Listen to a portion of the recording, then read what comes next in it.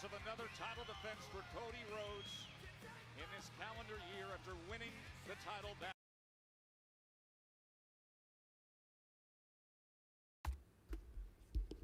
Hello, everybody. How you doing? The King is back, ladies and gentlemen. On the heels of another title defense for Cody Rhodes in this calendar year after winning the title back, taking care of Drew McIntyre and Indy in a hard-fought battle.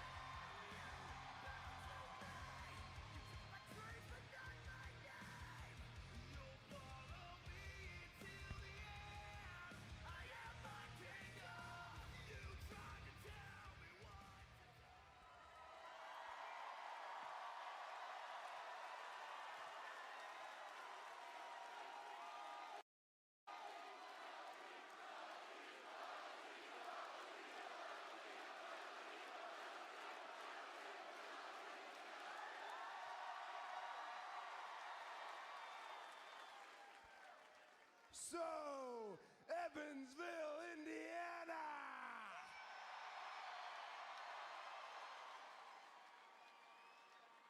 What do you want to talk about?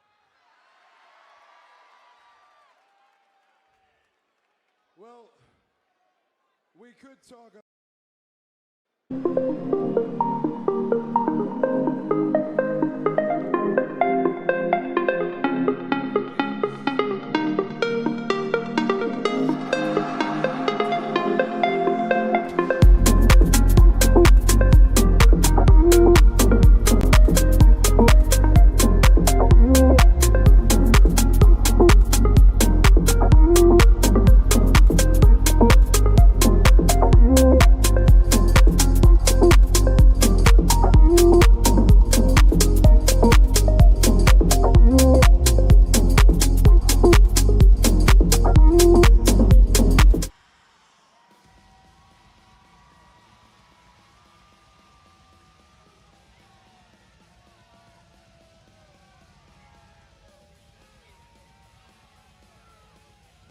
look on the face of Sept freaking.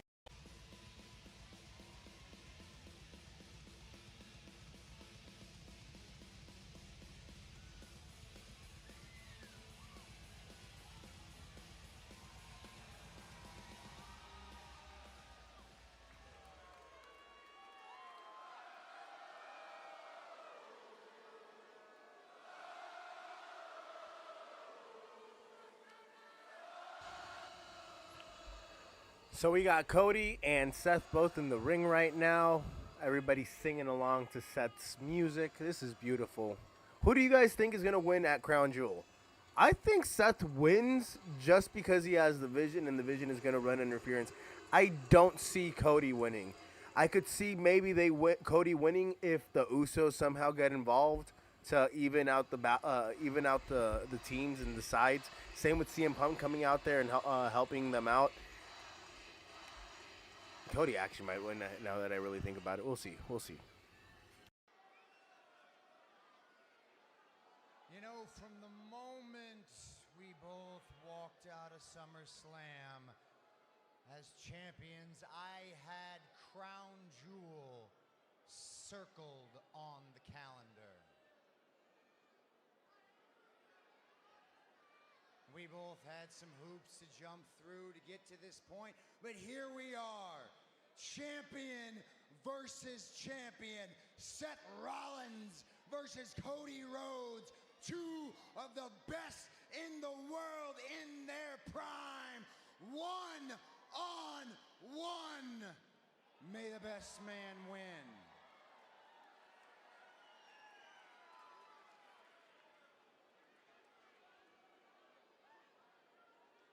And it should be that simple.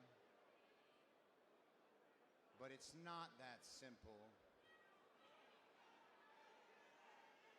because it's you and me, and it's deeper than that, and it's bigger than that. Now, I'm pretty good at reading people, Cody. I know what all these people here tonight think about me.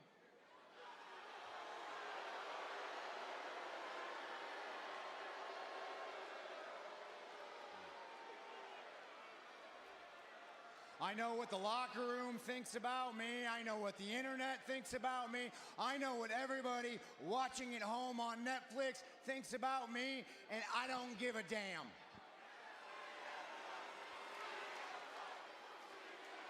Because these people, they don't know what's good for them. They don't have the right to make decisions.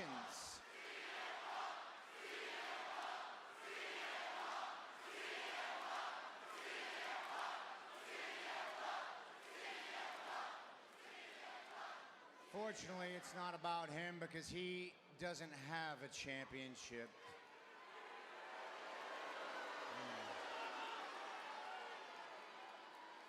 I know what that moron thinks of me. What I need to know, what I want to know from you, and I want the truth, Cody. What do you think of me?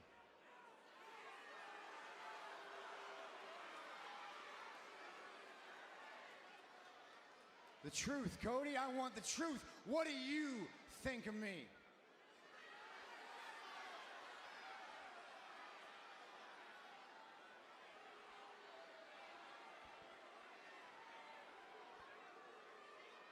All right, you want the truth. What do I think of you? I guess it's complicated, right? And it shouldn't be complicated. You've certainly, in recent memory, made some questionable choices. One of them is standing right there. Hello, Mr. Heyman.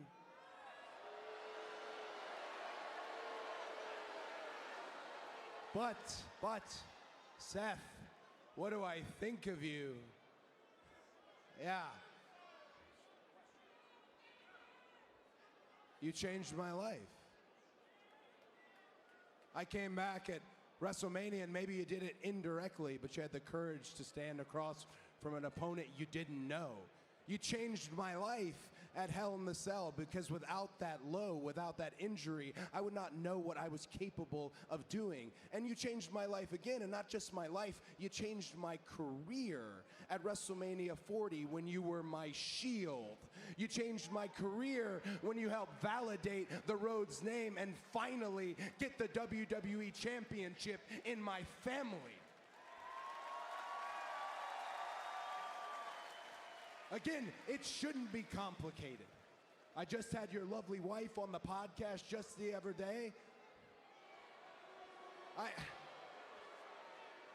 Hey, I know it's sports entertainment and it's wrestling 101 for me to stand out here and run you down before Crown Jewel to exchange these barbs. But a better question, Seth, is what do you think of you, right? Because Seth Rollins on any given night is not just one of the best, could be the absolute best. But that Seth Rollins that I am talking about is not hiding behind these three goons right here.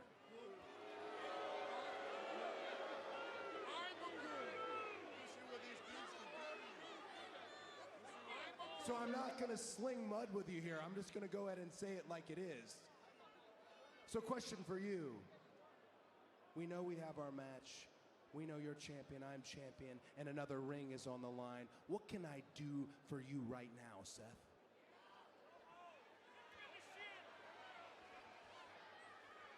You want to talk about that ring?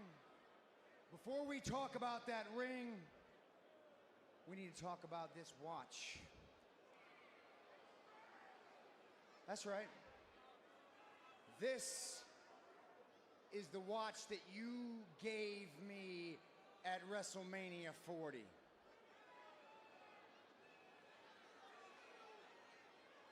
I haven't worn it a single time since then until tonight.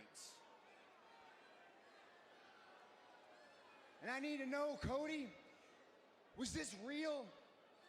Was this a real gift? Or was this a token gesture? Because you are fantastic. It's saying all the right things about me.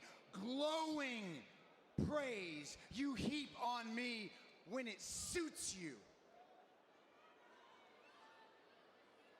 Because in your next breath, you undermine every single thing that I stand for. You stand here in this ring. You go on interviews and you say with a straight face that you are the right person to lead this industry into the future. You say that you're the quarterback. You're QB1, and there's nobody better suited for that job. So if you really believe that, Cody, if you believe that in your core, then what does that say about me?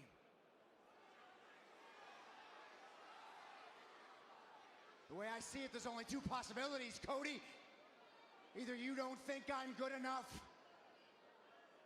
or you just don't think I'm as good as you.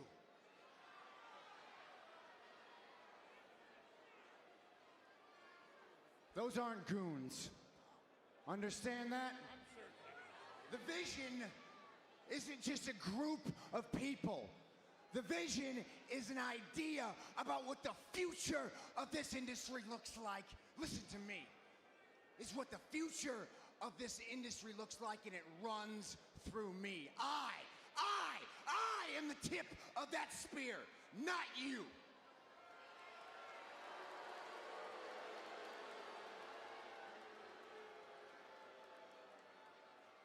So you can be the quarterback, Cody, but you will be my quarterback.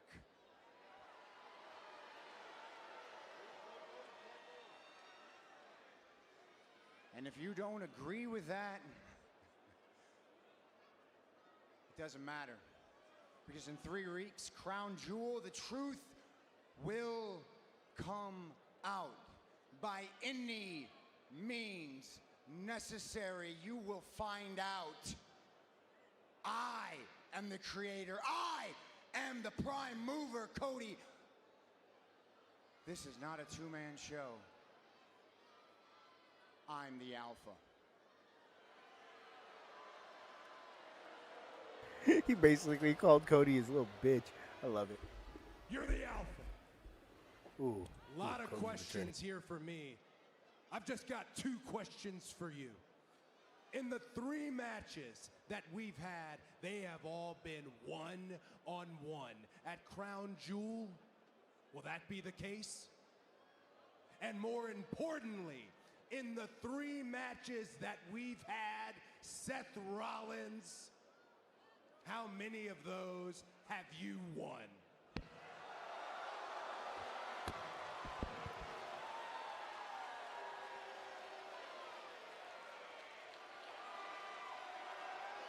I was literally about to bring up that point. So that's kind of why I'm leaning towards Seth to get the win at Crown Jewel. He has the vision. Yeah, I could see the Usos and everybody coming and like evening out the scales for both sides.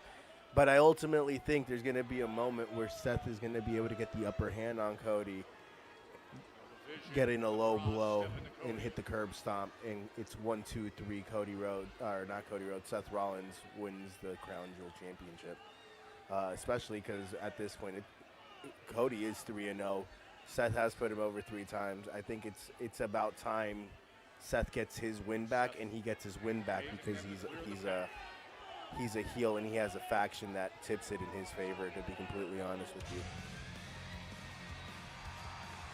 Seth said I'm the alpha, Wade. Cody reminded him, hey, we've danced this dance 3 times, my friend.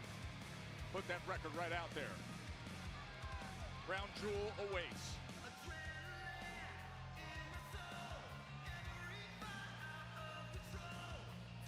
It is coming your way Saturday, October 11th from Perth, Western Australia. Crown Jewel best versus best. Yeah, my money's on Seth winning.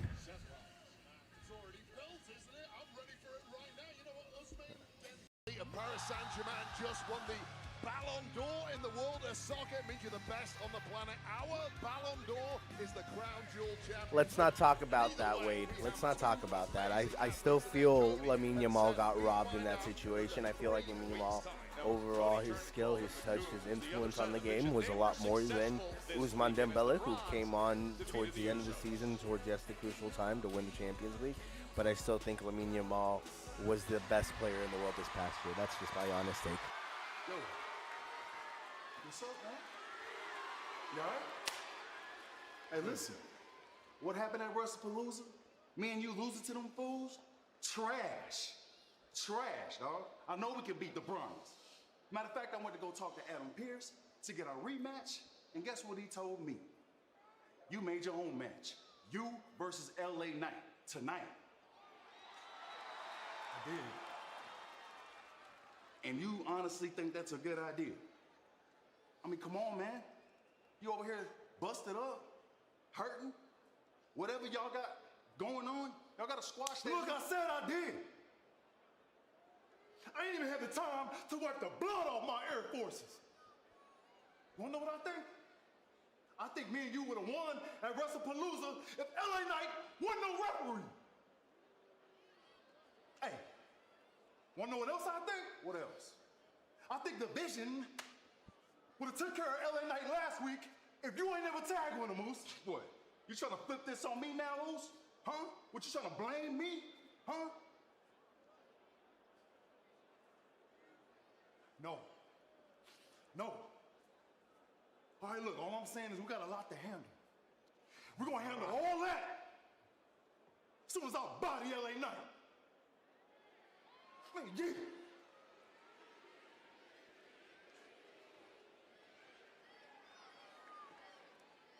It is on tonight, Jey Uso and LA Knight. Heel Jey Uso incoming, ladies and gentlemen.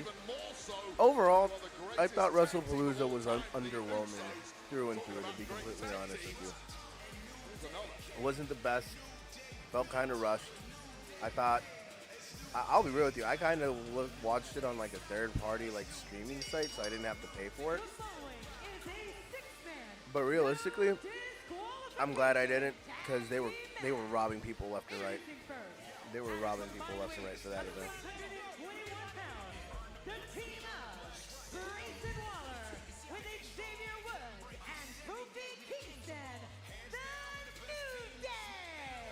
The New Day, the former champs, Grace.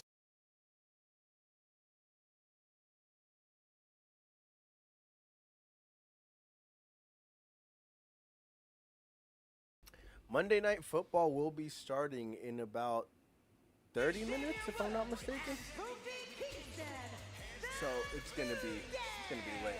My money's on the Ravens in that game, and they're gonna cover heavy.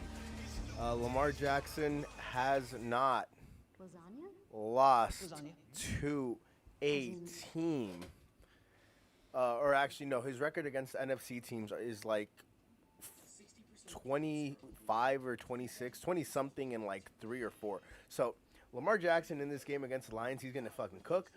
The Lions are riding high off their win last week where they blew out the Bears, but the Ravens are not the Bears, and the Ravens are gonna dismantle the Lions in this upcoming game. Lamar Jackson, I think he's gonna throw for about 225 yards, maybe throw 2 touchdowns and rush for 2 touchdowns. And run for about 100, maybe 50 to 100 yards. That's the type of game I see Lamar Jackson having today. And then I also see the Ravens defense stopping Jared Goff in that offense. I don't think the new offensive coordinator is as good as he was last week. I think last week was just pure emotion, playing against their former offensive coordinator, one of their former guys. So that's why I think they come back down to earth in this game. With that being said, we will be right back after these messages. Guys, have you heard? Nelson, tell the people. Shady Mob Productions is an official affiliate of HBO Max. Click on the link in the description and sign up so you can watch hit series like Hard Knocks, Game of Thrones, and House of Dragons. Also, don't forget to hit the subscribe button so you can be notified when the latest content drops. You're watching the latest episode of N1 from the End Zone. Please click on that subscribe button so you can be notified when the latest content drops. Now, let's kick it. Guys, join me, Alex the Man Angelov, and check out A&A Radio, where we're going to be talking about the latest and greatest financial news, investments, banking, and personal finance. Check out the channel, and don't forget to hit the subscribe button so you can be notified when the latest content drops. If you're in the San Francisco Bay Area and want the best cut of your life, go check out Headspins Barbershop, located in South San Francisco, the official barbershop of N1 from the End Zone.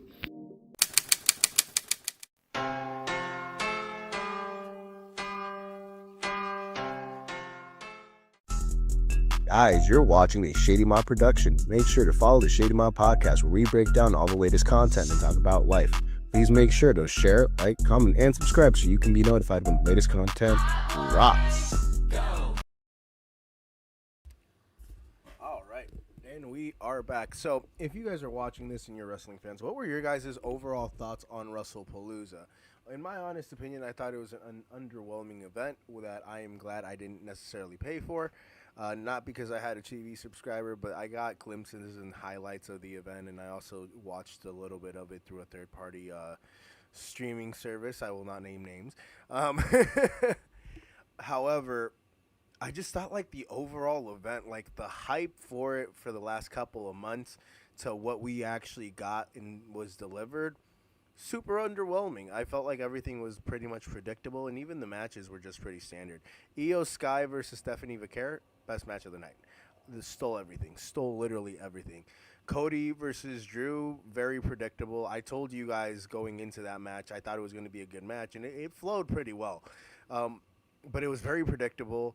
It was short, and it was literally just a precursor to what's to come at Crown Jewel, where I ultimately think Seth Rollins gets his first win since Cody Rhodes' return to the company at Crown Jewel. The Vision is going to come out. They're going to run an interference. I think the Usos are going to get Cody's back like they usually have. I think that's when Jay ultimately turns heel, maybe. I think Jay ultimately turns heel at some point soon. But they get Cody's back. They're going to try to even the score, and then the Vision, because they are the Vision, there's more cohesion there. It ends up Seth getting the upper hand, and then basically Seth getting the pin and the victory over Cody. Now, what could also happen is we get CM Punk and AJ Lee after the Usos come out, and they run some sort of play on Seth and Becky, who are probably going to be trying to do something. So we'll see. We'll see what happens. With that being said, let's get back to the action. Adam Pearce.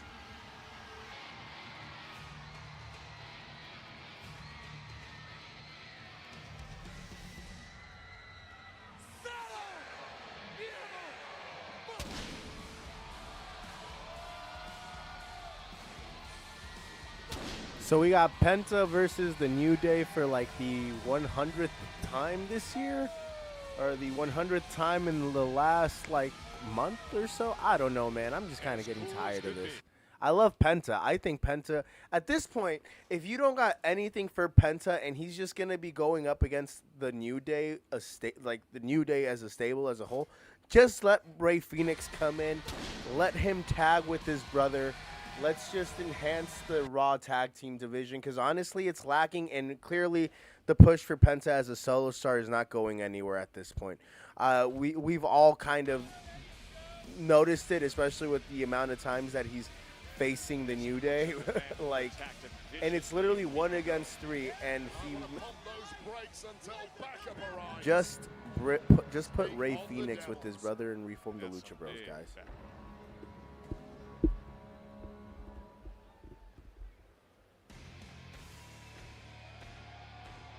Tess, get ready. Bring it. Because What do you got, Wade? Raw is war.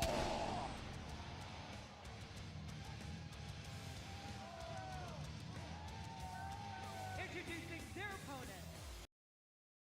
At a combined weight of 789 pounds, the team of Penta with Eric and Ivar, the War Raiders.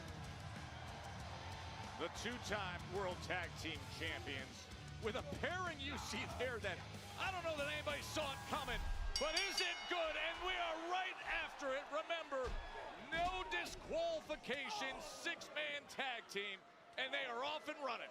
Very few rules in this one. Someone's going to get pinned, all submitted, and aside from that, all bets are off. And they went running. Woods, Kingston, and Grayson Waller wanted no part of that. Oh, but they trip him up. Well, at least two of the three. Because Big Ivar's holding his ground and dragging Woodsy right into the ring. Just a little too massive is Ivar, but make no mistake, that man can move like a lightweight, but hit like a super heavyweight. But those eyes have no protection from attacks from Xavier Woods, all perfectly legal. Xavier Woods trying to get the best of Big Man, but he gets squashed in that corner. And it's always so impressive to see the agility of Ivar.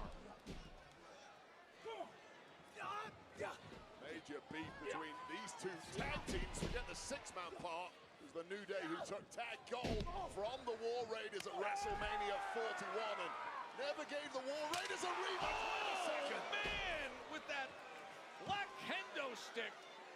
Painted black because we are in mourning, as you could call it, morning wood. That's mourning. Major, Kofi Kingston comes flying in from behind, and now the New Day beating down.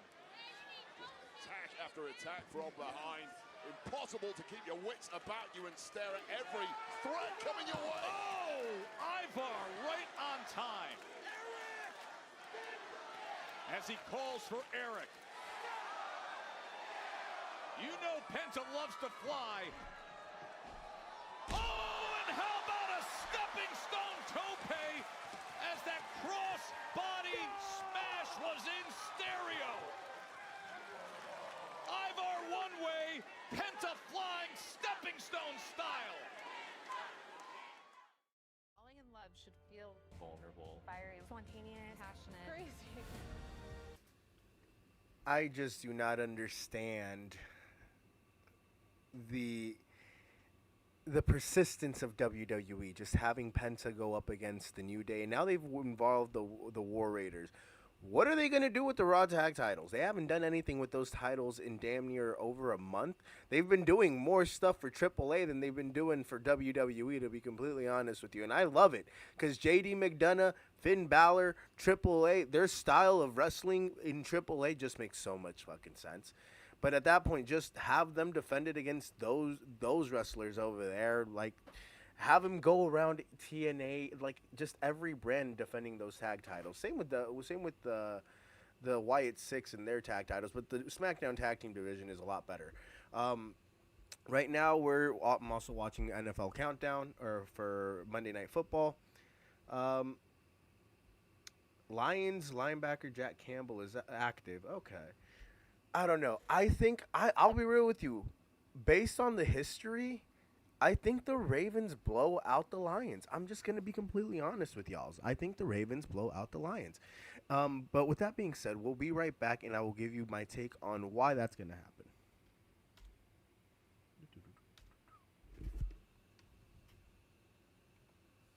Guys, have you heard? Nelson, tell the people. Shady Mob Productions is an official affiliate of HBO Max. Click on the link in the description and sign up so you can watch hit series like Hard Knocks, Game of Thrones, and House of Dragons.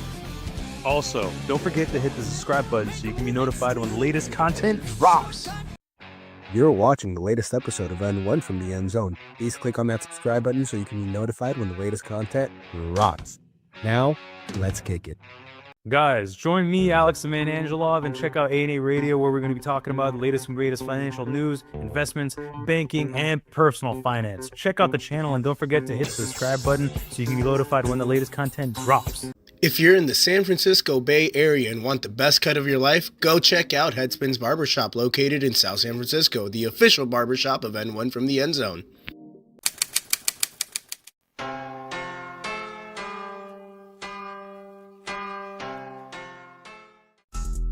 Guys, you're watching a Shady Mob production. Make sure to follow the Shady Mob podcast, where we break down all the latest content and talk about life.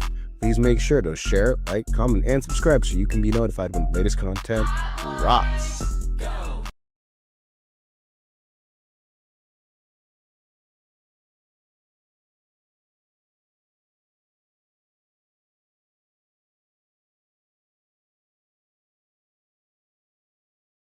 And we are back, ladies and gentlemen. Let's see. Oh, we're back to the action on Monday Night Raw. Let's get back to it. Here at the Ford Center in Evansville, Indiana. Penta and the War Raiders being beat down right now by the New Day and Grayson Waller as Penta is surrounded. Remember, Big Ivar set up that table in the corner, and then all of a sudden the New Day and Waller went on the attack. Every day when I wake up, I thank God for the New Day. And so should you, Joe Tess. Oh, man, did Penta send Big G. He went flying. The problem with Penta, you can never count him out. You can never take your eye off him. This man can attack from all angles. He's done exactly that since debuting here on Raw. Now trying to attack from the apron, but he gets undercut by Woods, who lays him out on top of that table. No disqualification. So much has gone down between these 6 men in recent weeks. And would you look at Kofi Kingston? Kofi Kingston is high risk as they come. I've eaten a lot of his offense. Oh my God! Oh, Kofi Kingston leg dropping through the table and through Penta. Killing himself at the ripe age of 50. I think he's damn near 50. He's in his 40s, got to be at least. Jesus Christ, That Kofi. attack, and Kofi essentially took himself out in the process, and finally we get an attempt at victory here, and things suddenly looking bleak for Big G Langston. Eric and Ivar taking advantage. Did you just see that knee that they landed? Crumbling Grayson Waller, and the Aussie is in big danger here, but saved by his mentors, your boys, the New Day. Xavier Woods getting in there at the very last second, and now Kofi and Woodsy going up top. As they've got Big Ivar in a compromised position, and holding on to that kendo is Grayson Waller. Eric gets the best of him with a headbutt. Swung for the fences and missed by a mile. Simply too much left in the tank of Eric. They may regret this position. Look at the power! Can you believe the power? Effortlessly strolling around with 2 grown men. Celebrating a little too hard in the process. Oh God, the beard of prey. 300 plus pounds is lined up. This is utter lunacy. They're in the target zone. Oh, and they just get out of the way. They had to get out of the way. It was A big man should not be able to fucking do those type of flips. And he ate that. He hit that shit hard. Oh God, poor. Is that Eric or Ivar? Either one of those two. God damn. Looking to do more damage, but Ivar stands up to it.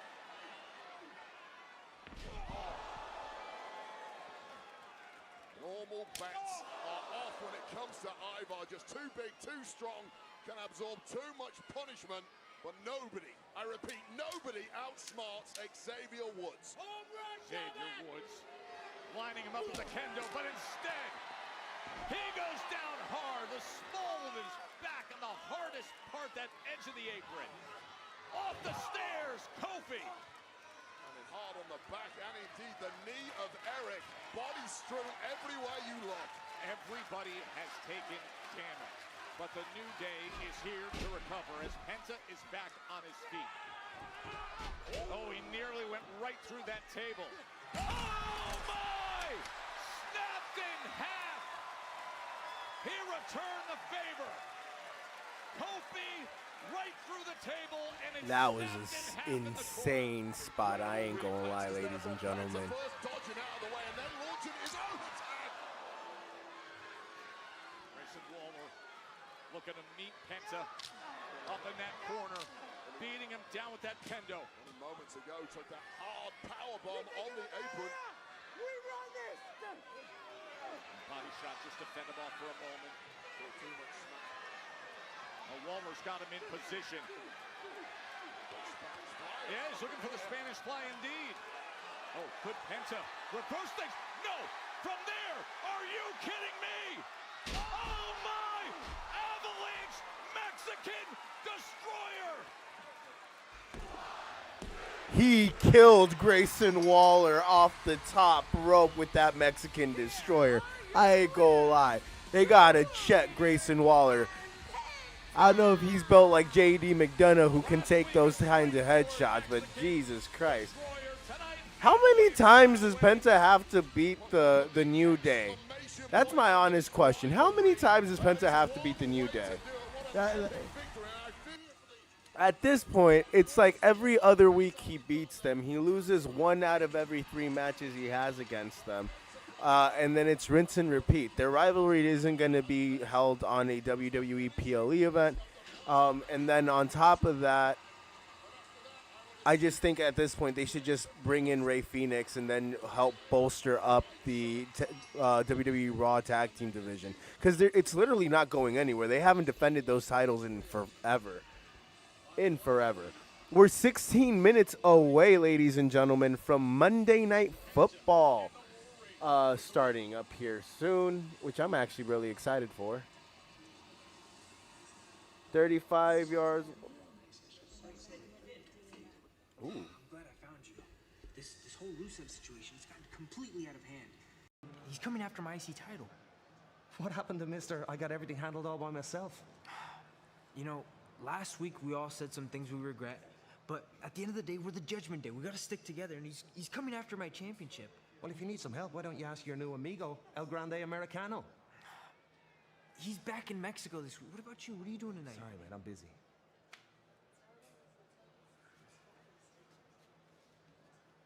JD, psst, come here. What are you doing tonight? I'm busy. Look, I know he wasn't gonna help me, but I know I can count on you. Come on. Well, hang on. You said you didn't need any help last week. That's what you said, right? Allegedly, but come on. My muchacho. Don't muchacho me. Come on. You need to help Dom. Yeah, you need Why? Because we're a team. We're the Judgment Day, and he's asking you for help, so you need to help him. I think Liv is coming back soon. I don't ask for much. Fine. I'll do it, but I'm not doing it for you, Dominic. I'm doing it for the Judgment Day, all right? Don't do it for me, for the Judgment Day. Yeah. For the Judgment Day. All right, well, I'll go talk to Pierce and get it sorted out. Brother, don't even worry about it. It's already been taken care of. Pierce made it official. You, Rusev, tonight. ¿Sabes qué? Ya tenemos que ir. Yeah, we gotta go. She's gotta go get ready for her match with Bailey. So, JD, good luck tonight, brother. Good luck, guys. Take care of business. For the Judgment Day. For the Judgment Day. That's what I like to hear. Wow. Dom is not going to be in the Judgment Day for long. I think Liv is coming back. They're going to do this whole triangle thing. I'm excited. Wait, I wanted to find you because I wanted to talk to you about last week. I mean, that was awesome. First of all, you won a big match. Take that, Judgment Day. Second of all, I got to return. The crowd went crazy. It was so much fun. And it was really good to see you again. What? Huh? I said it was so good to see you, and I was wondering if you would like to be in my corner tonight. In your corner. Are you joking with me? What? Screamed at me and called me an idiot. What? You're joking. You're kind of weird, and I don't know what's going on with you, but I like it. And look, I just wanted, because I have Roxanne tonight, and Raquel's gonna Call be this out there, Schizo and Bailey, and I love it. Out and helped you. I was just thinking that maybe you can do So this. you're not mad at me? Hang on, even if you are mad at me, we're supposed to be keeping our distance, remember? Oh, okay. If it really means something to you, and it would really help you be the best version of you out there tonight. Yes. It would mean everything to me. It would help me. I know I would get energy from you. I know I'd want to impress you, so I definitely want to be out there. I would love for you. Okay. But sorry. I'll do it. Really? You can't take, no take backs. No take backs. No take, all right, now, give me some, wait, hold up. See you out there. What is wrong with Bailey? She has lost her damn mind. One's up for La Primera. Come on. Is coming our way. The new Women's World Champ joins us next. Didn't I call it? I think I was like almost a perfect 5 for 5 on my predictions, if I'm not going to be mistaken. Dress code, and I got nothing. She said you have to look nice. I think, yeah, if you guys go back and check out that video where I gave you my predictions, that was a perfect 5 for 5. I think I switched. I thought it was going to be Seth Rollins and Becky Lynch that ultimately won that tag team match. But I originally was going with AJ Lee and CM Punk because it had been AJ's first match in like 10 years. But overall, predictions-wise, I was on money. Execution-wise, the only one that executed, Stephanie versus Io Sky. Only one. And they made the right move having Stephanie go over Io because Stephanie is going to be the future of that division. And it was just a matter of time. The way that they built her up on NXT and now the way that they're building her up on Monday Night Raw, she is one of the faces. And now with Liv Morgan coming back, the WWE Raw Women's Division is going to be insane. WWE SmackDown Women's Division needs a lot of work because they are lacking, in my honest opinion. And with that being said, we will be right back after these messages. Guys, have you heard? Nelson, tell the people. Shady Mob Productions is an official affiliate of HBO Max. Click on the link in the description and sign up so you can watch hit series like Hard Knocks, Game of Thrones, and House of Dragons. Also, don't forget to hit the subscribe button so you can be notified when the latest content drops. You're watching the latest episode of N1 from the End Zone. Please click on that subscribe button so you can be notified when the latest content drops. Now, let's kick it. Guys, join me, Alex the Man Angelov, and check out A&A Radio, where we're going to be talking about the latest and greatest financial news, investments, banking, and personal finance. Check out the channel and don't forget to hit the subscribe button so you can be notified when the latest content drops. If you're in the San Francisco Bay Area and want the best cut of your life, go check out Headspins Barbershop, located in South San Francisco, the official barbershop of N1 from the End Zone.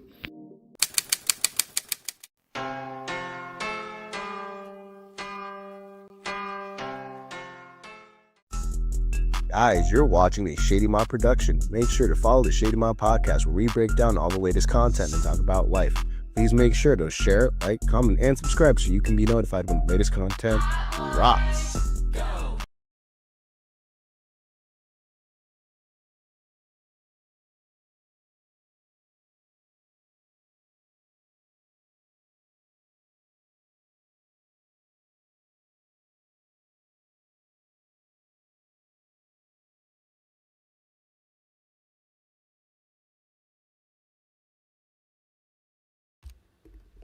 And we are back, ladies and gentlemen. We are experiencing some technical difficulties.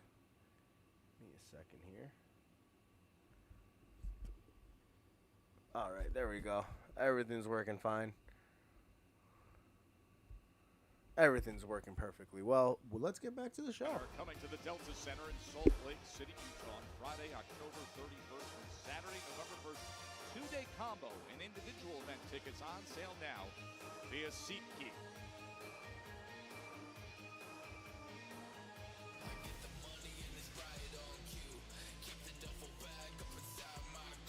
Gentlemen, please join me in welcoming the brand new Women's World Champion, La Primera, Stephanie McMahon.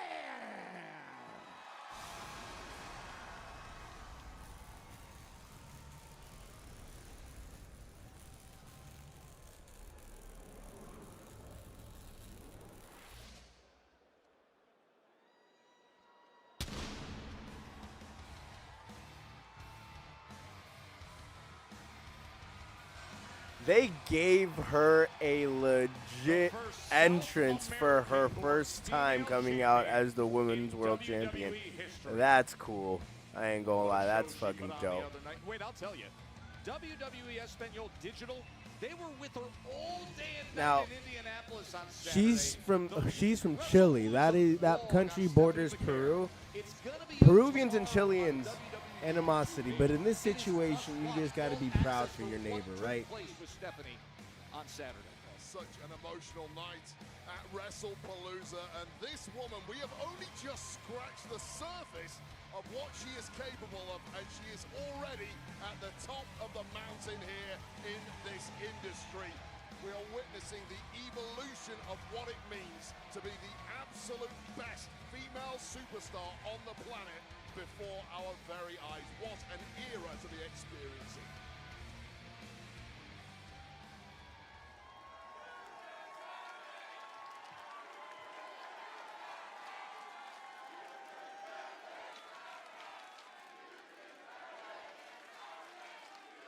You do deserve it. Stephanie, I think I could speak on behalf of everyone here tonight in Evansville when I say congratulations.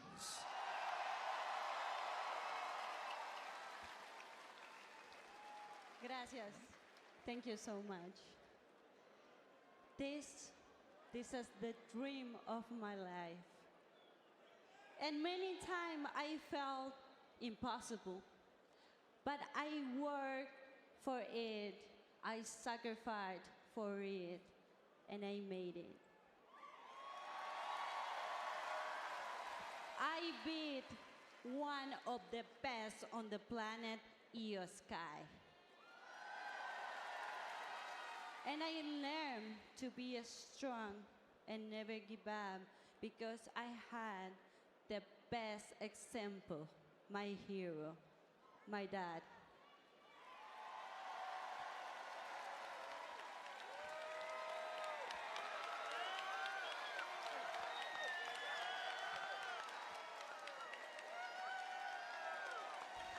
Proud moments as a father. I can feel that. Hopefully someday my daughter makes me this proud.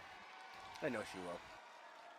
Con orgullo Both puedo of them. decir que soy la primera latinoamericana campeona mundial de WWE. Y este cinturón representa años de sacrificio. This championship represents the motivation and support you have all given me. And every single of you celebrate with me at WrestlePalooza, and every single you cry with me. I need to say thank you.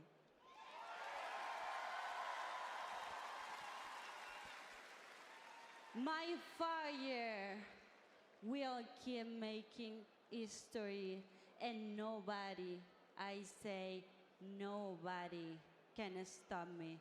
Porque yo soy la primera de WWE Women's World Champion.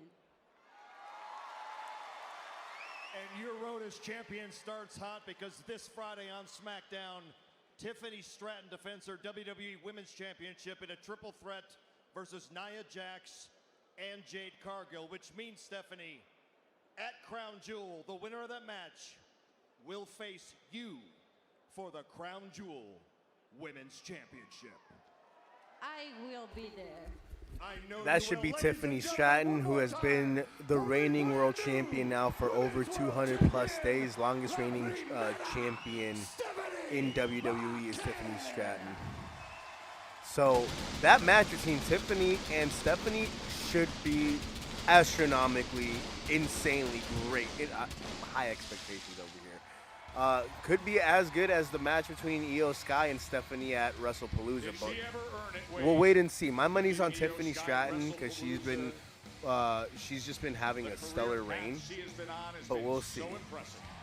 Tiffany Stratton should win on Friday. Men's Crown Jewel Championship match a little earlier. Cody and Seth colliding for that one. We know 50% of the Women's Crown Jewel Championship match, of course, Stephanie Baker. We will find out her opponent this Friday on SmackDown. Can Tiffany Stratton successfully defend against Nia Jax and Jade Cargill? What a matchup that's going to be, and it sounds like Stephanie Baker will be in attendance. Why?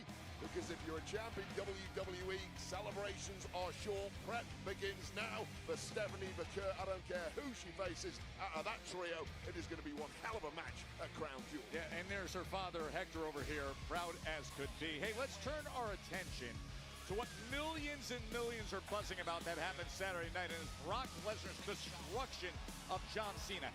8 minutes and 50 seconds. They brought out those children just to see their hero, their not hometown hero, their hero get destroyed, and damn it, I saw that happening. Really quickly, John Harbaugh looks like an older version of Brock Purdy, I swear to God. Brock Lesnar wants to end the tour early. I'll do everything I can to make sure that doesn't happen. I'm gonna retire John Cena. However I want to do it.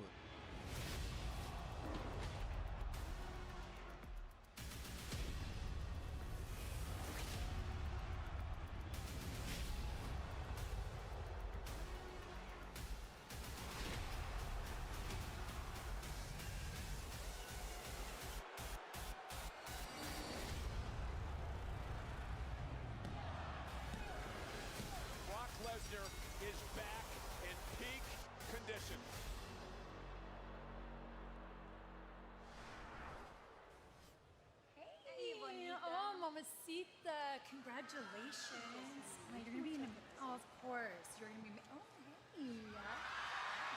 Congratulations, Stephanie. But like I said, I'm still coming for that championship. Mommy, I'm ready. Good.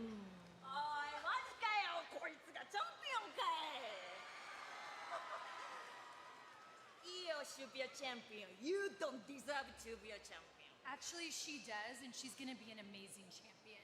Anytime you want to fight, I will prove to you why I am the champion. おい、帰んのんか弱いの。これがお前がチャンピオンか You know what, Oscar? Out of respect for Io, I've been trying my best to stay out of your way, but I'm so sick and tired of your attitude. I'm sick of you, Rhea. And you better stay away from Io. Or I will show you why you are not ready for Asuka. I'm not ready. See, the funny thing is I am ready, Oscar. So why don't we settle this in the ring tonight? You're on. I've been waiting for this match for a while. I'm so sorry. Poor Kairi. This is my favorite Japanese soap opera of all time. I need Asuka to scream a little bit more. My money is on Rhea ultimately winning just because, come on, we all know that's Mommy. Mommy usually is always on top, right? Am I wrong? So, yeah, my money's on Rhea. Nikki just back there to cut 30-second segments at this point. She ain't really getting in the ring anytime soon, I don't think. I hope not. But no. We got Hugger Bailey, I guess, coming out again. I call this Schizo Bailey. But, hey, she's executing the multiple faces of Foley to a perfect T, in my honest opinion. That being said, it looks like Monday Night Football is about to start, ladies and gentlemen, and I'm kind of hyped for that, too. There she goes. We will be right back. Oh, actually, hold on. We'll transition into the other audio. Give me a second here. And are learning a lot. Thanks. You're going to hear the national...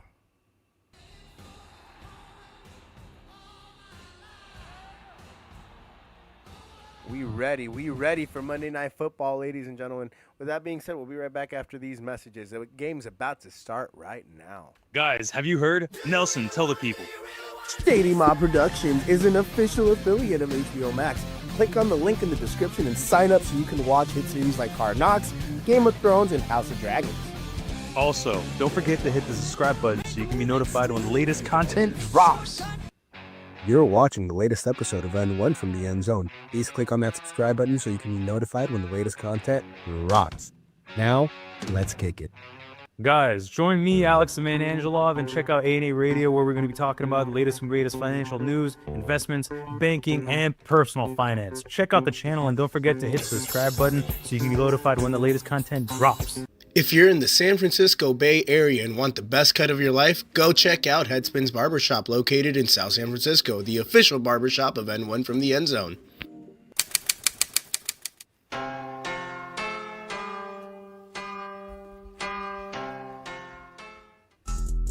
Guys, you're watching a Shady Mob production. Make sure to follow the Shady Mob podcast, where we break down all the latest content and talk about life. Please make sure to share, like, comment, and subscribe so you can be notified when the latest content drops.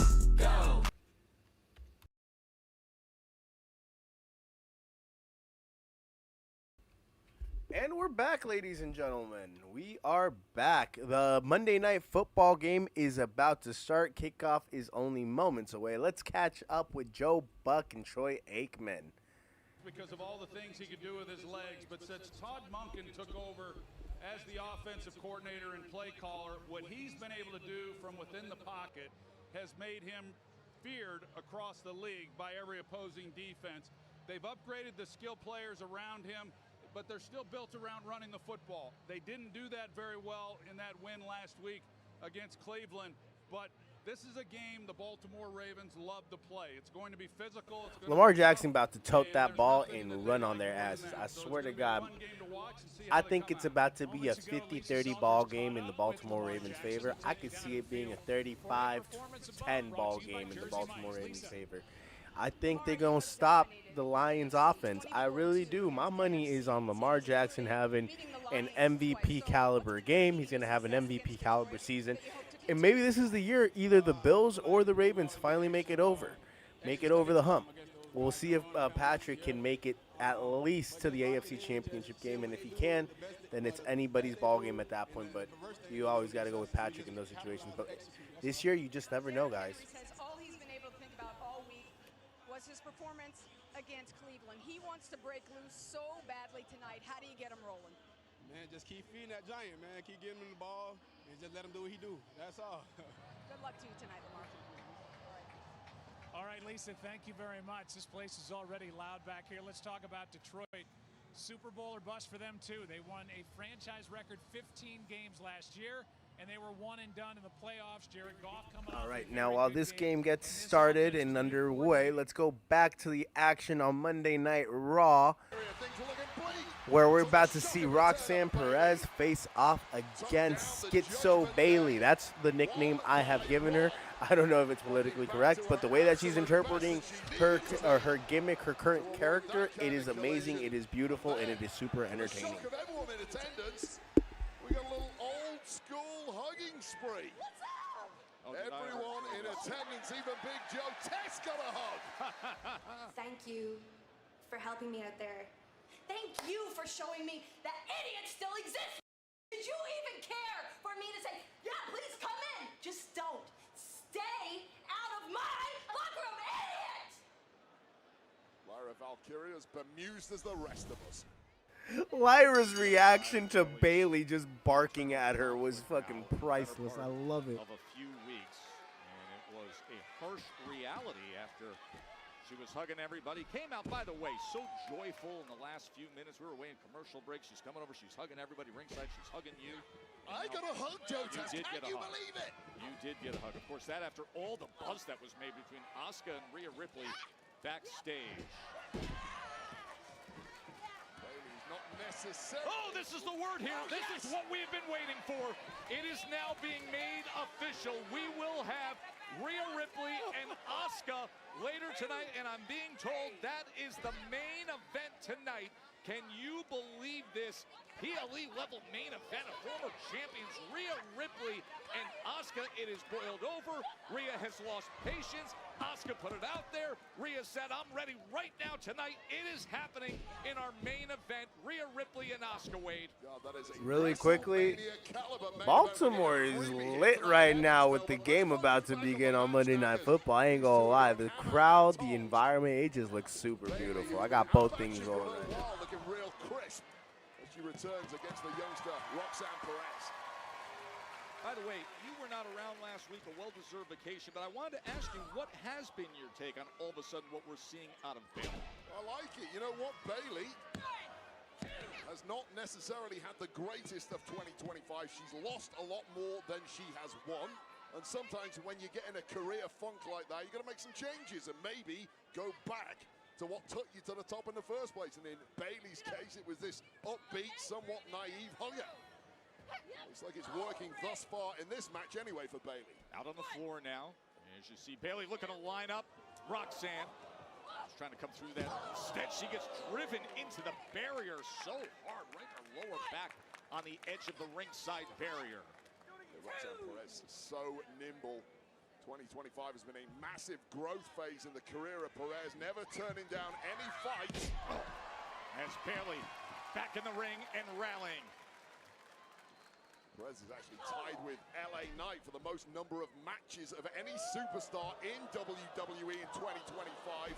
And most of them against top caliber competitors such as Bailey. How can you not get better under those circumstances? Yeah, her 38th televised match this calendar year as Bailey looks to get her in position. But how quickly Roxanne Perez is able to escape. Well, that distraction from Raquel on the outside opened a massive window for Perez. And the nimble Perez immediately pouncing and attacking the knee of the role model. What a compromised position for Bayley as she's just pressing all her weight and getting the extra leverage of that top rope as well.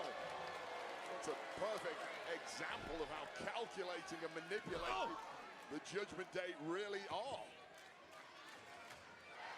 Roxanne Perez in control at this juncture here in Evansville.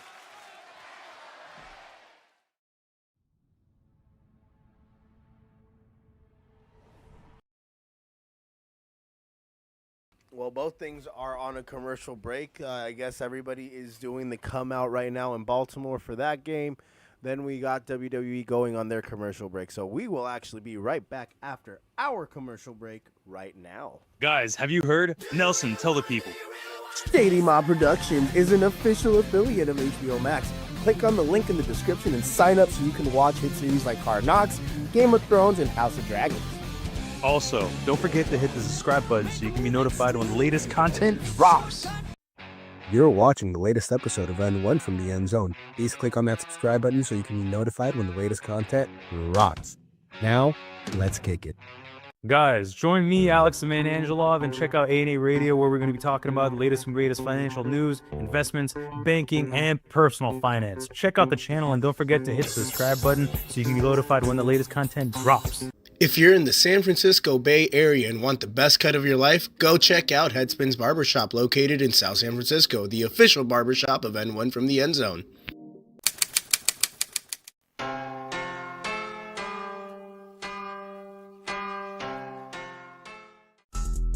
Guys, you're watching a Shady Mob production. Make sure to follow the Shady Mob podcast, where we break down all the latest content and talk about life.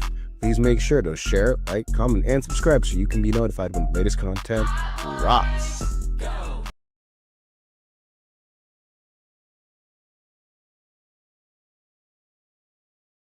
And we are back. They are going all out. The Joint Armed Forces Colored Guard came out with the marching band. Let's see. Welcome Baltimore School for the Arts alum, currently appearing in the Broadway revival of Chess, Samantha Polino.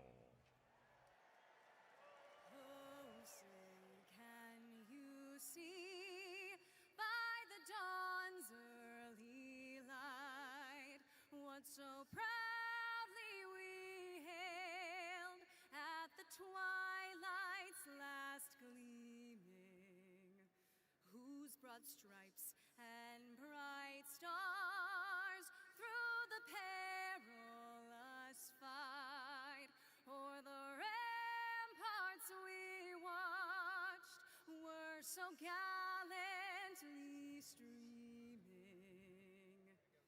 and the rocket's red glare, the bombs bursting in air, gave proof through the night that our flag was still there.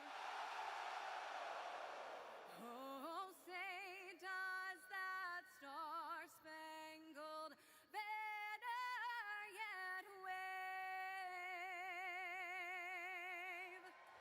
o'er the land of the free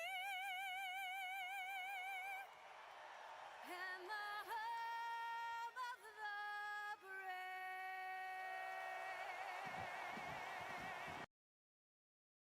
To turn it around and hit offense like that. Now, Bayley, of course, has been out a little while, and when you are the victim of... We got the Monday night game started, and we got the match that came back, baby. Now we got Bayley going to the top rope. Roxanne Perez coming out, hitting Bayley before she could pull off her elbow off the top rope.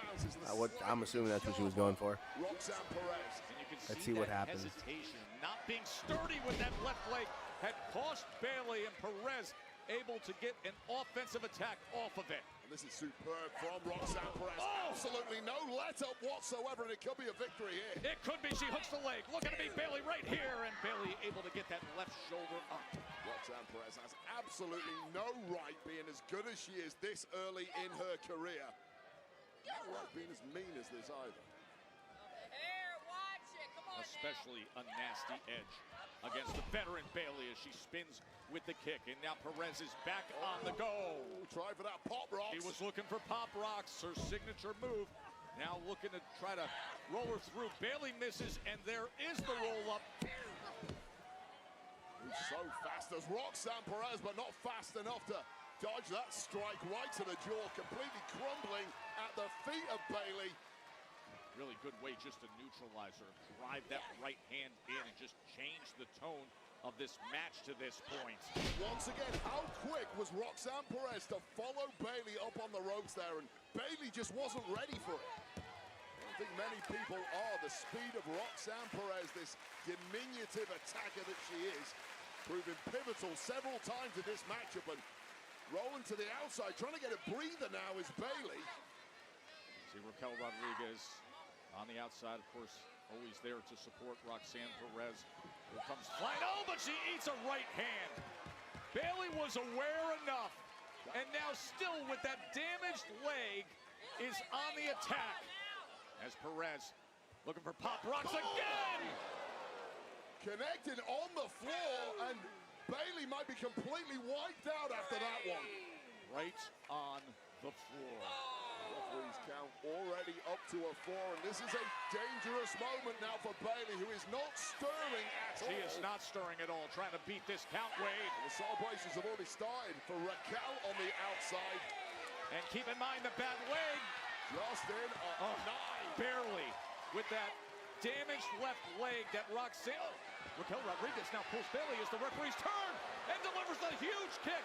Here's Lyra. This is breaking down in a bad way. Lyra Valkyria in those massive Spice Girls shoes, still nowhere near the size of the massive Raquel Rodriguez. Oh, she's got Lyra up, looking to post her, but instead Lyra sends her right into the post. That sounded like it hurt, ladies and gentlemen. I'm sorry.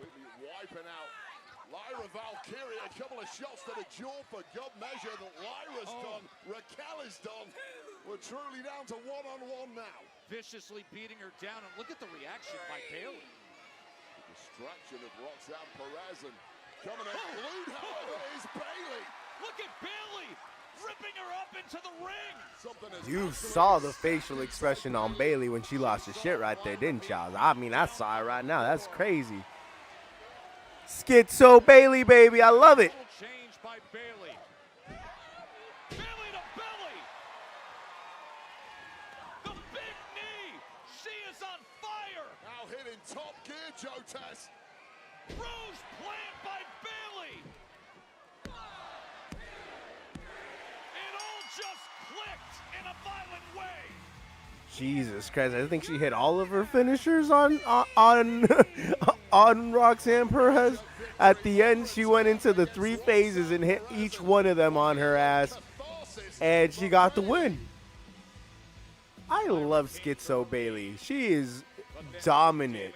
When she breaks, and she gets on him. This is awesome. Oh, she's about to lose it on Lyra. She's about to lose her shit on Lyra right now. Watch.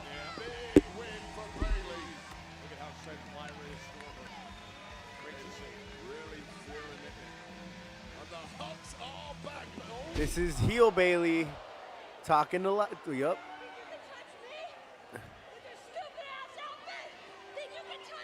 I love this.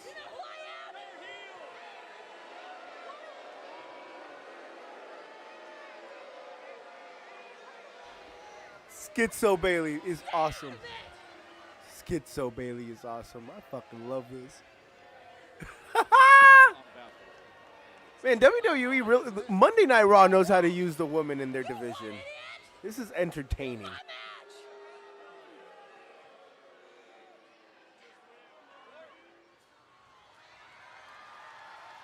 Hey, Jay Slim. What up, baby? How are you, bud? I'm good, Oos. How you doing? Good.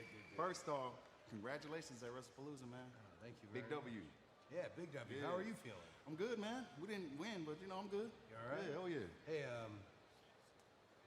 how's your brother? Man, you know him. He's all in his head right now. He's not even listening to me, so maybe he'll listen to you. I mean, yeah. Yeah, I'll talk to Jay, please. I'll see what I can do. Thank you. Thank you.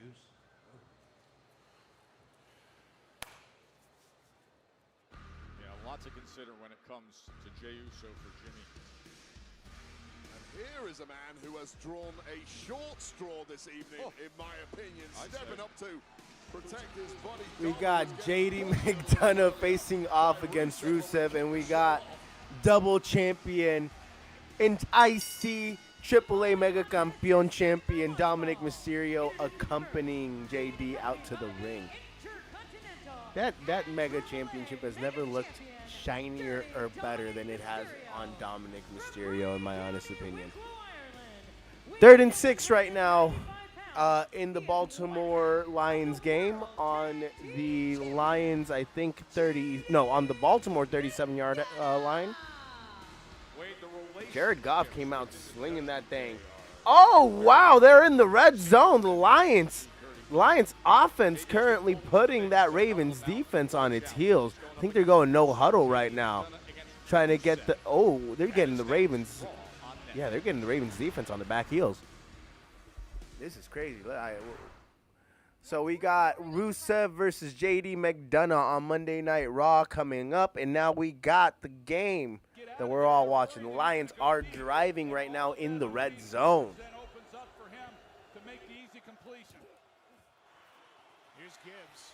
Montgomery was out there blocking. He went to the right. Gibbs went to the So one thing I've noticed about the Lions, their run game has not been there a lot this year. But when they do rush, it literally sets up the pass game to a perfection to give Jared Goff enough time in that pocket to throw and find Amon-Ra St. Brown or Jameson Williams or Laporta. He's a great teammate. They're in the red zone, ladies and gentlemen. I didn't think they were going to get there that quickly. All in a big draft. He'd take 14. Pretty impressive when he said he's the best receiver he's ever thrown to. 2nd down and 8. Gibbs tried to stay inbounds. His momentum. Also, let's not forget that the Lions backfield, those players can catch the ball and tote it too, baby. They're versatile. They got the weapons, but do they have the right coordinator calling the plays? That's the real question. Well, especially when you're looking at 3rd and 3, because at 3rd and 5, if it's beyond the 50-yard line, he's going for it on 4th down over 50% of the time. So you look at it right now, and Johnny Morton, the offensive coordinator, said Dan Campbell would have told him already if they're going to go for it on 4th down to affect what he might call now on 3rd. Came underneath to Gibbs, incomplete. And what does Campbell do? He keeps the offense out there. They already knew it. Goff was aware of it. 4th and 3, and they'll go for it. Yeah, the right idea. I like what Jared Goff was trying to do, just really a miscommunication. Can Goff get this? Will they get this? Will they regret this afterwards? We'll see.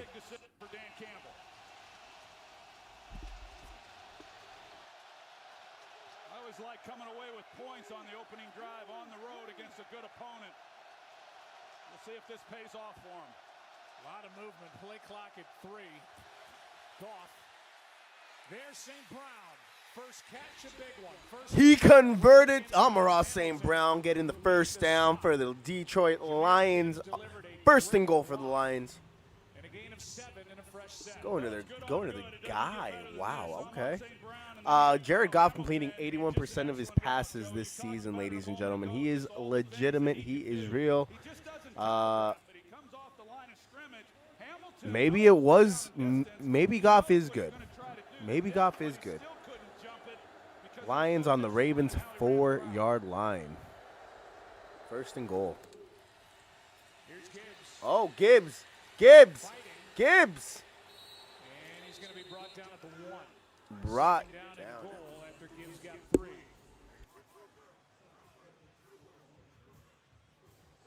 And the Lions want to go right back to the line of scrimmage. Yeah, they want to get right back on the line and see if they can't catch Baltimore just off a little bit, unable to get a call into the defense.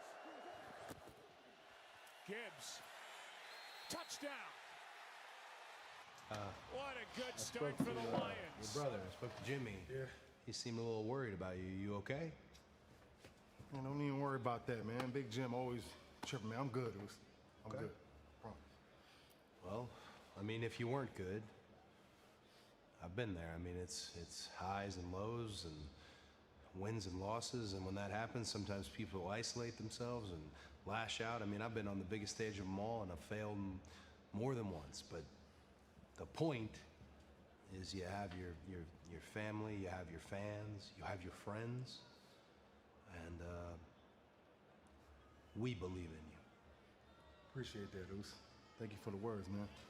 But don't worry, man. I'm gonna find my way back to the top, Cody. Eat, Oos. Eat.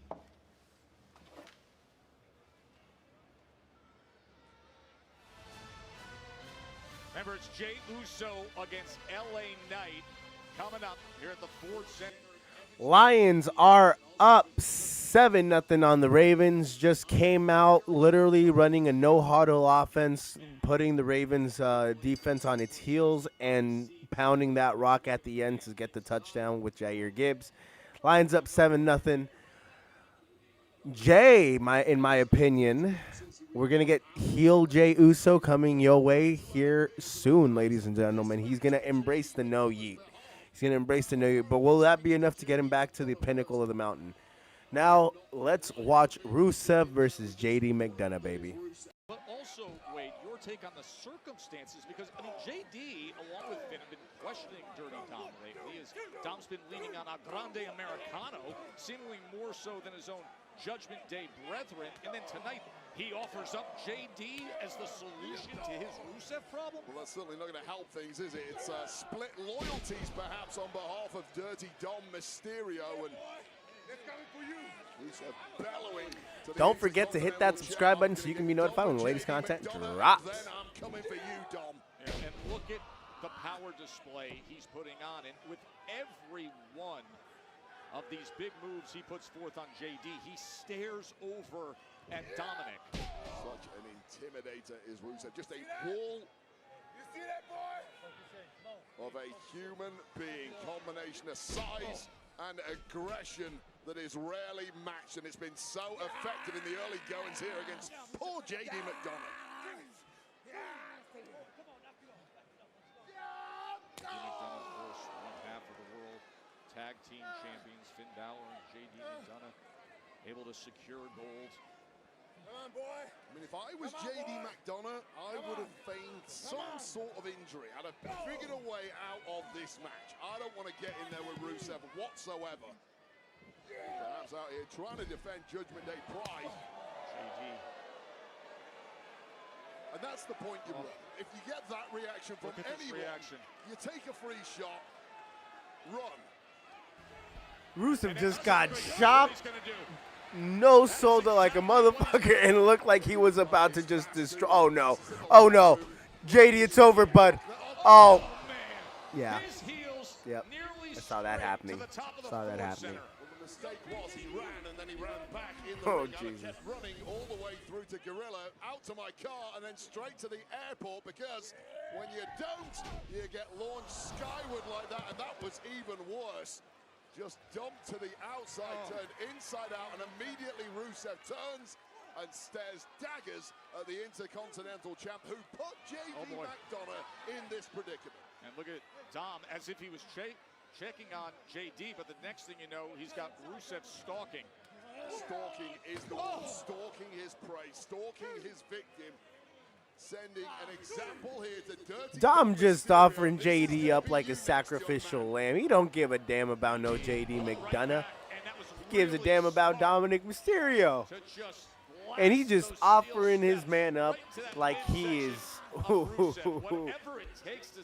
a fresh, prime-made New York strip. Wagyu style. That's what JD is to Rusev right now. Skull into steel. There's only ever going to be one winner, and that might have been the only thing that could stop Rusev in his tracks. I give JD some credit because Rusev came out like a bull here. And now springboarding the moonsault to the outside. JD McDonough, exactly what he needed. I will say, JD McDonough and Rusev in this match, being a smaller wrestler with a lot of athletic ability. That Ravens are driving, ladies and gentlemen. Ravens are driving. I formation. Henry will take the ball with a lead back in front of him and just plow. That offensive line for the Baltimore Ravens is no joke, ladies and gentlemen. Derrick Henry running behind them, having to pick up, I think, 5 yards, first and 5, picked up 7. Almost at the 50-yard line. And the offensive line, that center is outstanding. Tyler Linderbaum, 2-time Pro Bowler. Yeah, he's one of the best centers in football, and I just think that the organization, Eric DeCosta, has done a great job really putting a lot of good players around Lamar Jackson in recent years. Lamar keeps and cuts and slips, but has another first down. Lamar Jackson keeping on that RPO option, getting 12-yard sliding before they hit him. That's crazy. And also, crazy stat that they just posted. Baltimore last year averaged 30.5 points, third in the NFL. They're averaging 10 more points this year, 40.5 points through 3 games. That is insane, ladies and gentlemen. Lamar Jackson, through 2 games. This is the 3rd game. That's insane. Lamar Jackson is him, ladies and gentlemen. Rush for more yards in a career than Lamar Jackson. First down, Ravens. Quick throw. Andrews again. Kirby Joseph, the All-Pro, made the stop, but another chunk of yardage and a gain of 8. You know what's interesting about that, Joe? You talk about the yardage that he's had running the football. The numbers have actually gone down, over the course of his career, which is, you'd expect that. When you're young, you don't see the defense as well. And then as you mature, you start Also, shout out to Lamar letting his hair grow out. But for Lamar, it's those things. And then in addition, he's been surgical in the pocket when he's had time in finding open receivers. Henry gets it this time, and the Lions. In a rare occasion, the Lions stuff Henry at the line of scrimmage. Ravens still within field goal range. Currently on the Lions 28-yard line. Derek Barnes has been involved tonight. Brian Branch is just all over the place back there for the Lions. You know, there are so many good players on both sides of the ball for both these teams. Oh, the match between J.D. McDonough and Rusev is back. Oh, Derrick Henry right up the middle into the end zone for a touchdown. Ravens are tied 7-7, or Ravens score a touchdown. Flag on the defense. Penalty decline. If the field goal is good, or if the extra point is good, ball game tied 7-7. But Derrick Henry turning back the clock, looking like he's still in his prime, in my honest opinion. Let's get back to the match. Rusev in trouble. JD going crazy. Able to mount a comeback. Can McDonough see it through against Rusev? That big knee. McDonough's so durable. I don't know how he's managed this. Rusev just rids him after just a count of 1, just throwing him off. Tell you this right now, J.D. McDonough can absorb punishment like no other, and when he gets the upper hand, he is like a tiger. He's been brilliant so far, but brilliant might not get it done against this big Bulgarian. You see him standing up to the striking attack is Rusev before powering. Oh! J.D. able to counter the attack. McDonough so cunning, so wily. Knows exactly how to use his opponent's strengths against him. And then his big weapon, that head. JD using his humongous forehead in that one. Top. Welts all over the body, but still an aerial master. Is he ever hooking the leg for the win? And Rusev with a kick out. JD doing his thing, baby. JD is one of the best performers in WWE, in my honest opinion. Every match I see JD in, he steals it for me.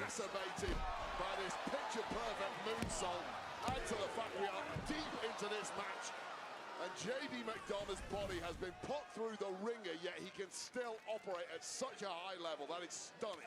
There are few who go higher or arch better on that moonsault than JD McDonough, but now he needs to keep the momentum against the big man. Intercontinental champ, Dirty Dom, getting a worm's eye view of what surely awaits him from Rusev when they eventually collide. Yeah, Tom has been very, very cautious around Rusev. Rusev was right in his face as the night started when we got on the air, letting him know what he's in store for. This kind of power, just ragdolling McDonough and slamming him down, and glaring now is Rusev. Getting that second win, which may be more terrifying than the first, because we're lining up for something deadly here. Don't turn around, JD. It will not be good. Nope, you know it. Machka kick. And that Machka kick now puts That it in Machka position. kick whooped JD's ass. Oh, the accolade. Now Finn coming out there to help. What the fuck are you doing, Dom? Oh no.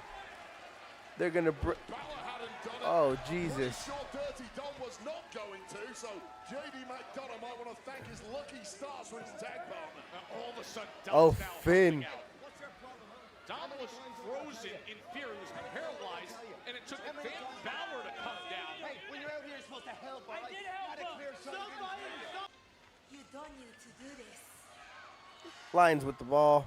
The match is Ooh. happening. I need to teach Rhea. Damn. 1st and 10. They went backwards and I think lost about 7 yards. Advice from someone who lost. 負けた人になアドバイスされても困んねん。So, I will. Uh-oh. Kyrie, please talk to Asuka. Asuka is why we are here.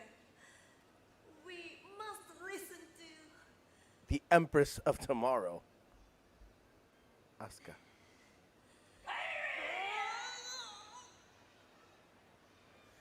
Kyrie's reaction every time Asuka calls her. It's like Asuka, because Asuka's known as. And Jey Uso. Are you wordy? Will you let me talk to you? Yeah. Here's the thing. Whatever happened on Saturday, Jay comes in here all hot. And I just got to think to myself, should this guy be worrying about being so hot at me, or should he maybe worry about his health a little bit? I got to be honest. The only reason things went down the way they did on Saturday, I was trying to make sure Jay was okay. You saw what happened to him. I'm over here making sure, are you good? Are you good to go? He shoves me out of the way, eats a spear through the table, and the rest is history. So I tell you what, now he comes in here all hot at me, and my man, I do not want to hurt you. I'm not trying to hurt you, but if you make me, I damn sure will, because you talk about bodying me. But you got to make sure you don't brain yourself, because that's exactly what you did on the weekend. And if you don't do it tonight, that's okay, because I'll do it for you. Little BFT for your troubles, with everybody saying L.A. Knight. Yeah.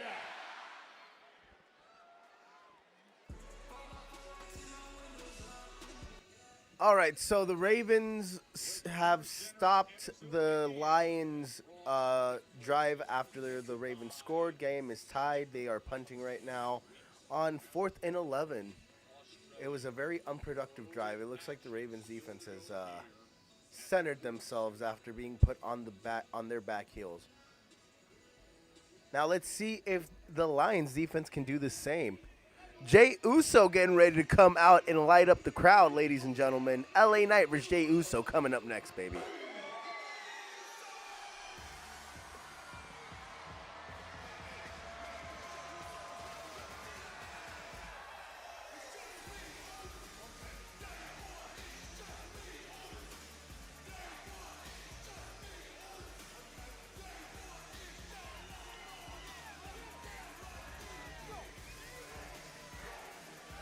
Even Jay coming out of the crowd kind of seems a little bit heelish.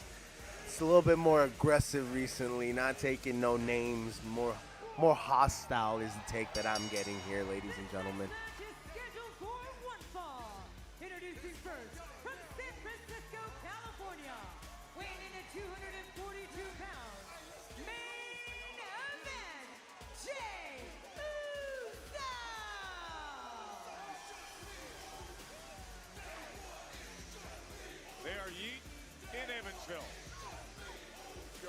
options in life, Joe, tells you either yeet or retreat, and I think we know exactly which one Jey Uso is going to choose every single week. On an interesting night for Jey, a night that has his own twin brother questioning where Jey's head is at. Had Cody Rhodes talk to him, a very angry LA Knight.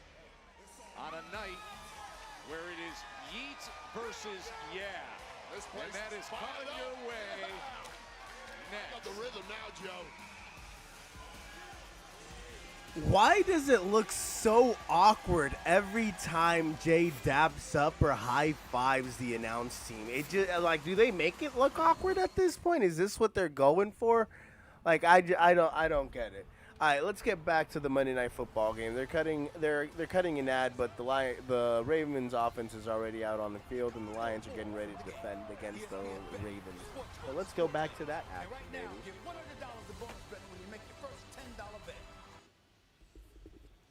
Second possession for the Ravens, and they will start this possession at their 27. We talk a lot about Derrick Henry and the size. His speed is incredible, and the power that he gets going in such a short amount of time. He and Jahmyr Gibbs, the Lions top back, get it going fast, and we'll show you some of the numbers that we can put to how they get rolling when the ball's snapped. I formation behind Jackson, who keeps and finds Kohler. So here are the top two guys in the NFL with regard to speed getting to the line of scrimmage. Gibbs on the left. He's the fastest in the league. He gets up to 11.5 miles per hour when he hits the line of scrimmage, and just behind him is the big body of Derrick Henry. And one's 200 pounds in Gibbs, and Henry's 250 pounds. Well, he didn't get rolling this time. He got stopped. No gain. Jack Campbell in on the stop, and here is Derrick Henry on that carry for the touchdown on a 3rd and 1. Yeah, you get a guy that big with that kind of speed, you know, you don't see him caught very many times from behind, and it's a lethal combination as we've seen throughout his career, and the durability that he has shown. And you know what's remarkable, Joe, as much as he's been the bell cow for so many years in the league, he just has a little over 50% of the carries that Emmitt Smith had in his career. So it kind of gives you an idea as how durable Emmitt Smith was. He missed just 4 games in the 13 years with the Cowboys. Pretty impressive. 3rd and 3, and this one for Justice Hill is incomplete. It looked like there was miscommunication prior to the ball even being snapped right there, to be completely honest with you. Yeah, they could have executed that a little bit better. Lamar could have just kept that thing and ran at that point, but just some miscommunication on that play. Ravens punting the ball after going 3 and out, basically. Both teams allowing points in the first drive. Defenses tightening up in the second. Flag on the play. Khalif Raymond. Oh!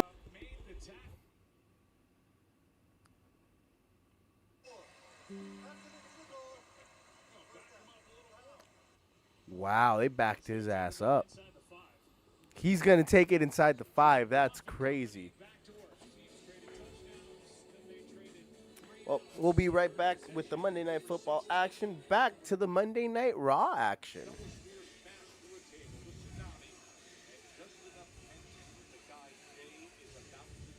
Hey.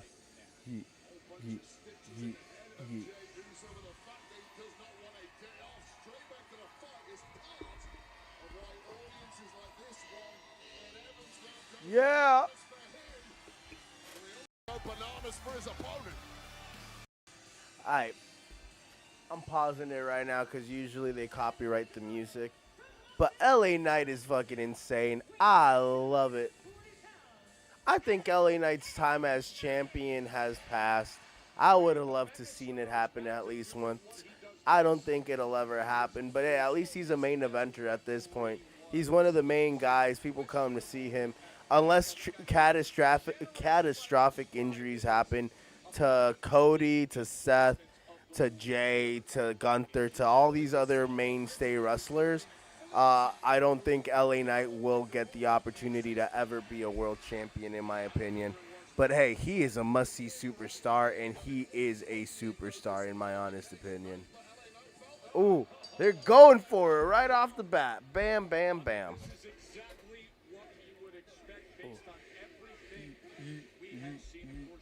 Ooh. Issues for a bit. Remember September 8th, Uso speared LA Knight, and then September 15th, a BFT receipt retaliation from LA. Well, hard to believe they were tagging just a few weeks ago. Oh! Doesn't look like they're going to be tagging again anytime soon. There's some real bad blood between these two that was turned toxic. Okay. Jay didn't even take his shirt off. He got the bling still on. They going for it. LA Knight didn't even take his jacket off. They just straight into this match. God damn it. This is awesome. LA Knight with some real ring gear.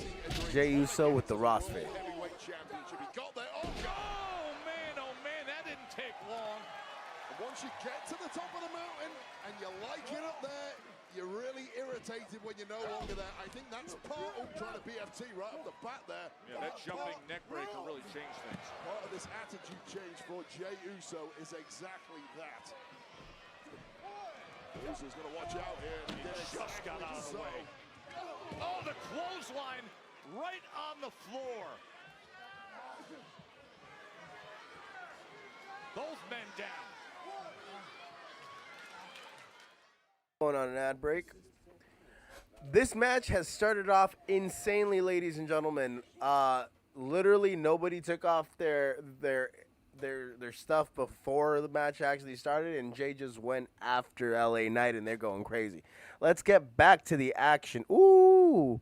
Let's get back to the action in the Lions-Ravens game. It looks like the Lions just got a first down on a penalty.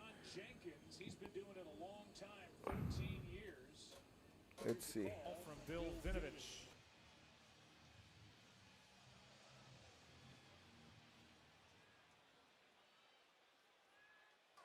Illegal formation, offense.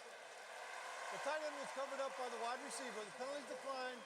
Result of the play, third down. Take the result of the play, a loss of 1, and that brings up 3rd and long. Yeah, and they were able to decline the play because of the job by John Jenkins right in the middle. Glasgow, who was the starter at left guard last year, moves to center this year, and Jenkins just tosses him aside and is able to make the play for the 1-yard loss. Frank Ragnow, the 4-time Pro Bowl center, retired in June, so they slide Glasgow over. It's 3rd down and 7.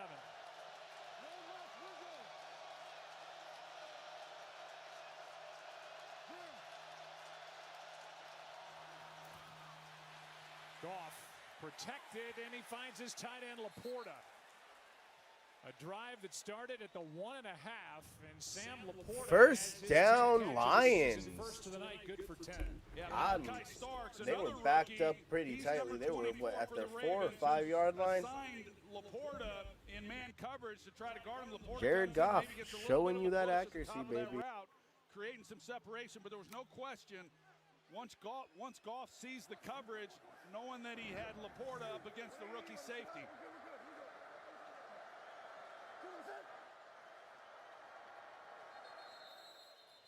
That's it for quarter number 1 here at M&T Bank Stadium. 7-7 game first down for the Lions with the ball outside their 15 when we come back. We got a tie ball game in the Baltimore Lions game after the end of the first quarter, 7-7. Lions got the ball, and they are driving deep within their own, I think, 20? They're still within their own red zone. Back to the LA Knight versus Jey Uso match. Jay with the quick cover. Perhaps they were on their way to prioritizing a rematch with the Vision with the Bronze, but it was Jey. Jey Uso needs to deal with the LA Knight problem. And look at Knight. That quickness to to get up to the top rope to the superplex. It's a heavy landing for Jey Uso, but also a heavy one from the top for the guy who executed the move. LA Knight unable to make the cover after sustaining that attack on main event Jey Uso. See the medical tape on that forehead near the hairline of Jey Uso. The brutality, what he went through on Saturday night, the war scars of this business. Yeah, and yeet. Back and forth, towing the line, center of the ring. Parries the punch, delivers right hands in his own.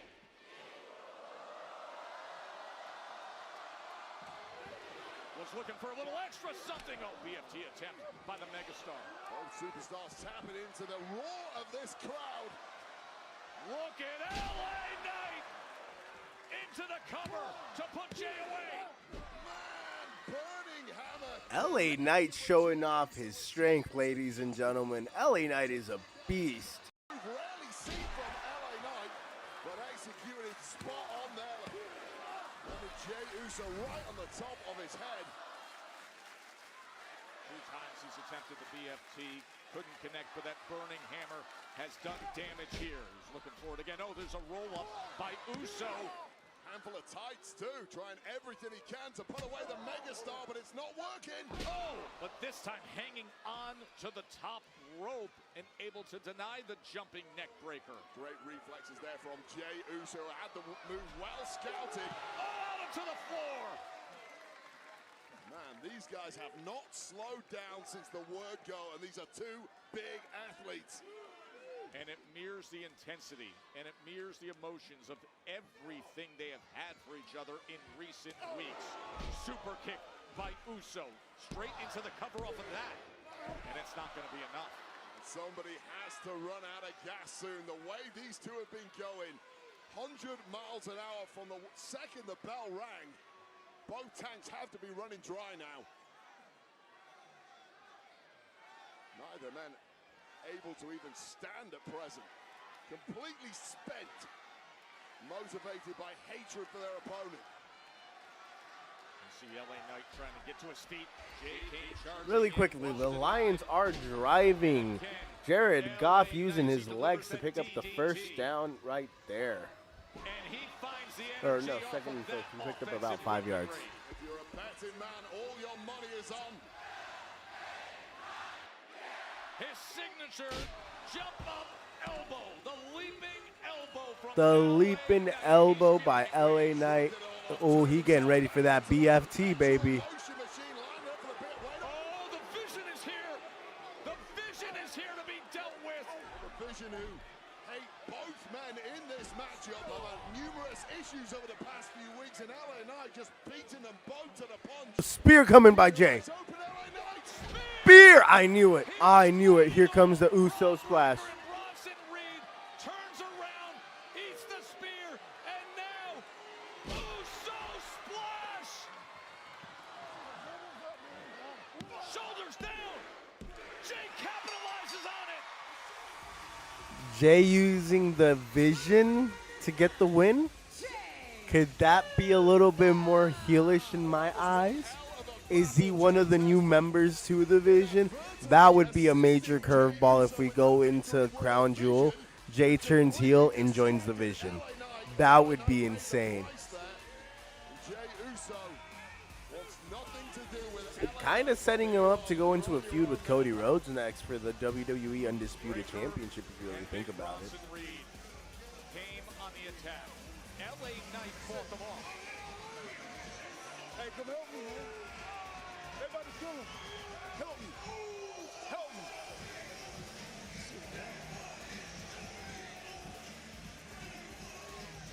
Jimmy's saying we got to do something about this. Jay becoming heelier and heelier every day.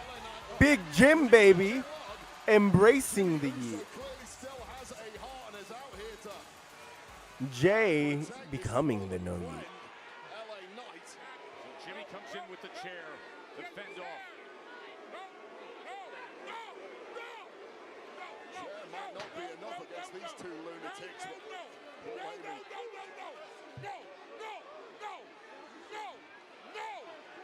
Paul over there trying to rein his dogs in. Ooh. Ty Montgomery carrying the ball for about 9 yards, 3rd and 1 on the Ravens' 49-yard line.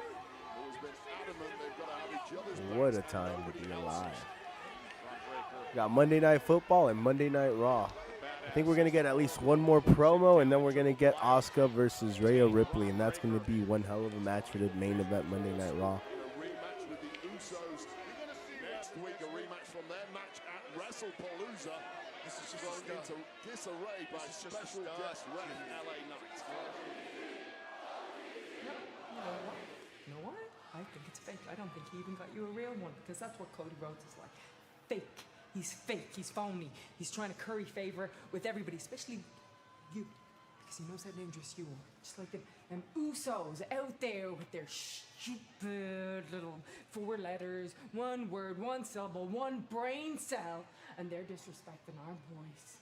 And you're Cody Rhodes out there talking about me, saying your lovely wife. Lovely, there's lots of things you can say about me, okay? You can say that I'm dangerous. You can say that I am intelligent. You can say that I am the greatest female wrestler of all time. Because I am, and it's not just me saying it, okay? Yeah, other people say it. Sports Illustrated says it. The Bleacher Report says it. ESPN says it. And this crowd are just there along with every word. They're not fans, they are thieves. They are thieves, and they are trying to steal everything that we have done, everything that we have built, and if we allow them, they will do that. We've been too lenient, okay? Because there's important people that haven't been here, that haven't done what we have done, like CM Punk, like AJ Lee, like Cody frickin' Rhodes. So you know what I'm gonna do? I'm gonna make an example. Yep, that's what I'm gonna do. Becky Lynch cutting one hell of a fucking backstage promo. One hell of a segment. That was lit. We got Rhea getting warmed up for her match versus Asuka coming up next, I believe. This is important. Look, okay, I'm really sorry about WrestlePalooza. Thank you. Rhea, I need you to call off the match. Io, I'm sick of Asuka being disrespectful. Look, I'm really sorry about the match. It has to happen. Look, think of it this way. Maybe Asuka and I, we can beat the respect into each other, kind of like what we did. Fine. Io, just please be careful around Asuka. Wait. What do you mean? Asuka is family. I get it. Asuka is family, and that's why it hurts even more when you can't trust your own family. Io, please, believe me, I know all about it. Then, you know I wouldn't be here without Asuka. I can trust her. Can I trust you? Io, that's not what I meant.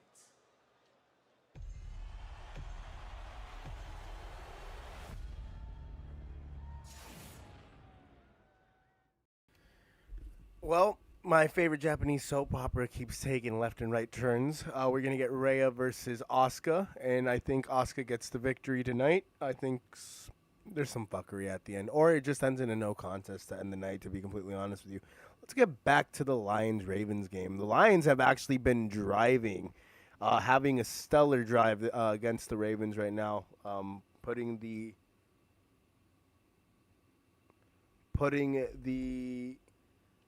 Ravens on their heels here.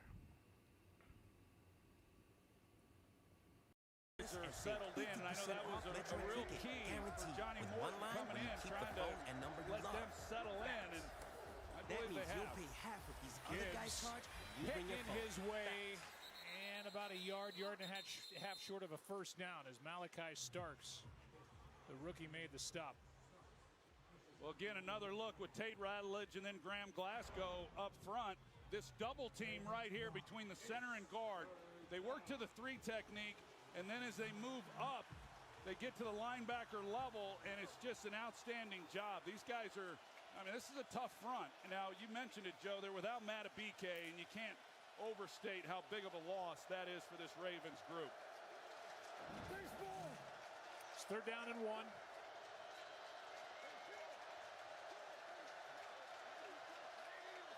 St. Brown in the backfield, and Goff just takes it and gets it.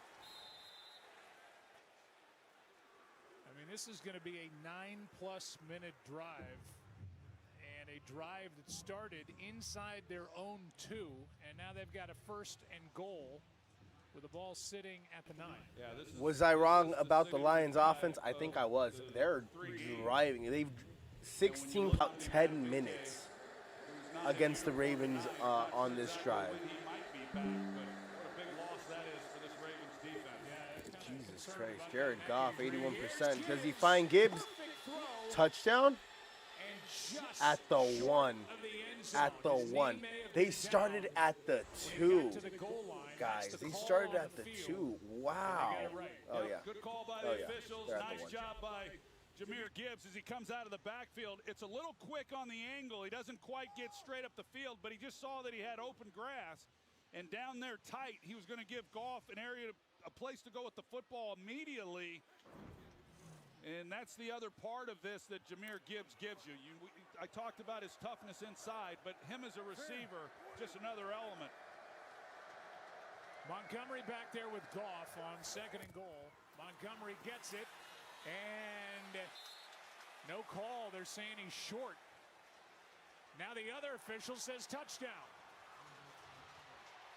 The near official said he didn't get it. The far official came in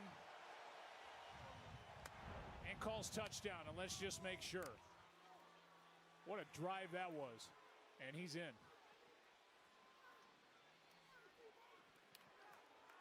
That's as good as it gets. Lions taking a 13-7 lead with an extra point coming up. Now let's get back to the WWE action.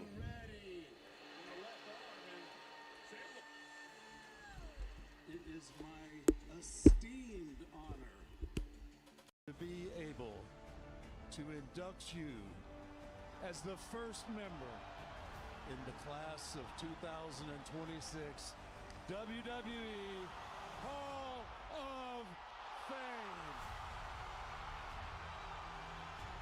Everything that she has done for all of us here in WWE over the years, the leadership she's provided, getting in the ring, putting her body on the line. Such a powerful role model for young women around the world.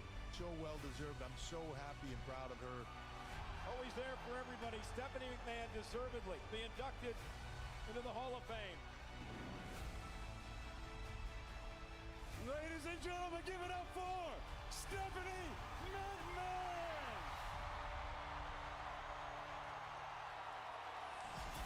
We extend our congratulations to Stephanie. It'll be a great celebration.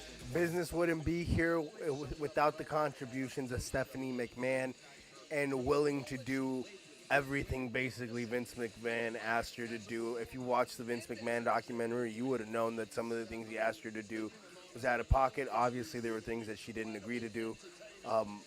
But, hey, shout out to Stephanie. Paid her dues, paid her respects, built this business, built this company to where it is today. And no one more deserving to be in the Hall of Fame than Stephanie McMahon, in my honest opinion.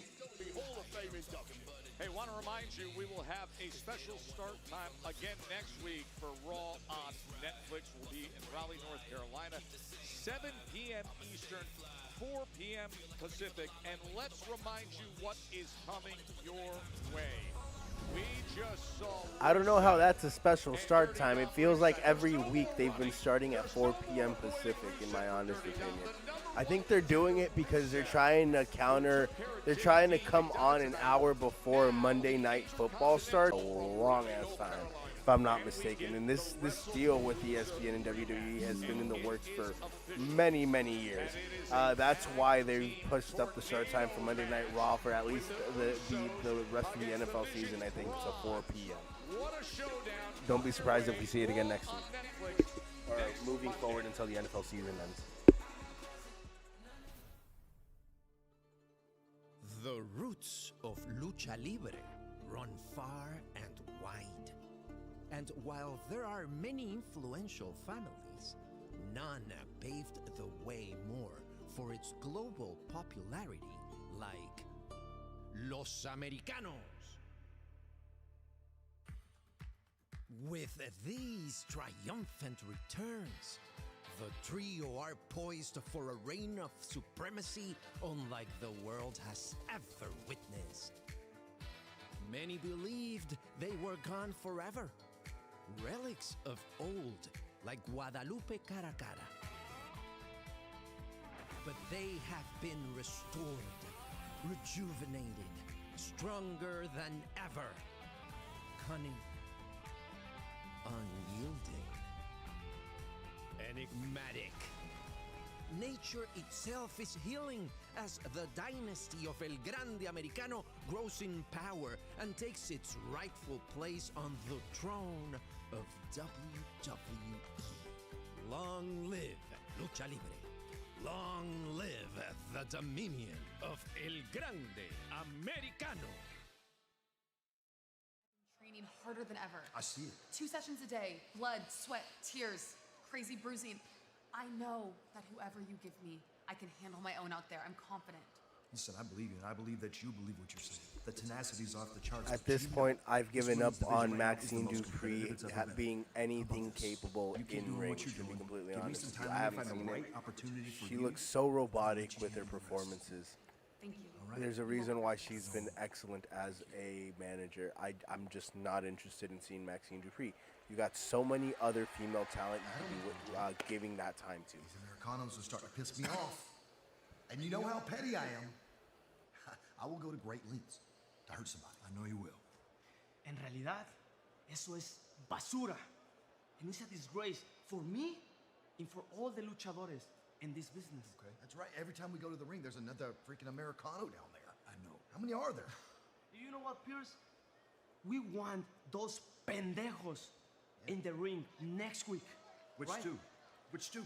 You signed them. Los You que pick them. sean, whichever. I'll tell you what. I'll talk to the Americanos, but consider the tag match official. Awesome. Heck yeah. Got it, baby. Uh-oh. Maybe we don't sign any more Americanos. At least for a week or two. Right. Maybe we don't sign any more Americanos. Maybe for a week or two. I love it. I love it. Pete Dunne finally going to get a match. Oh, we got main event time, baby. Asuka versus Rhea Ripley. This is going to be a banger. Yeah, I'm not interested in the Maxine Dupree. I'm excited to see Los Americanos. I love what they're doing with the angle, with them being now taken. And, hey, if we can get Los Grandes Americanos being the AAA Mega Campeon Trios champions, I'm all for it. Like, let's do something with those titles. Now, the Ravens are currently driving. Lamar Jackson. Oh, Lamar! What was that, Mr. Jackson? Stepping up in the pocket after it's collapsing, throwing that ball deep to Walker. Ravens are in first in goal on the Lions, I think 7 or 8 yard line, if I'm not mistaken. No, they're at the 4. Jesus Christ.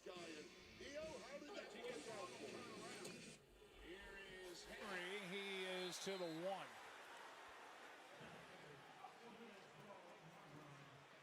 Devontae Walker came in tonight with 2 catches for 2 touchdowns, 3 catches in his career for 3 touchdowns. 4th round pick from North Carolina, and he almost got number 4 of his career on that one. Yeah, he's already made some plays with the couple touchdowns you talk about, and he's going to be a special player. When you have a guy like him with that kind of speed, there's so much you get to do with him. Henry, they stopped him.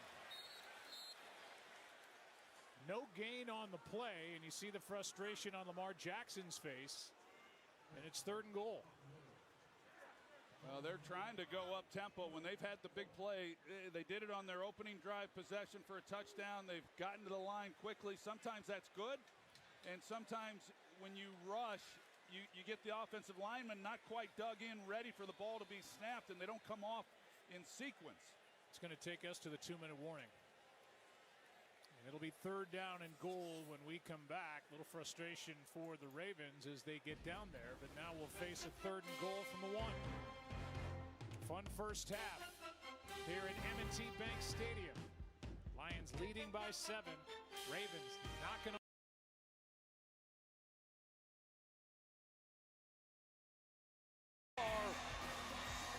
there's no turning. So we got the 2-minute warning right now. Ravens are at the 1-yard line. Ravens are at the Detroit Lions 1-yard line. They are inches away from scoring. Lamar is getting frustrated. It is 3rd and goal. If they don't get it here, they're going to go for it on 4th down. It looks like it's going to be a tied ball game unless something catastrophic happens after we come back from the 2-minute warning. Mommy coming out to the ring to face off the Empress of Tomorrow, Asuka. My money is no contest to end this match. Let's see if I'm right.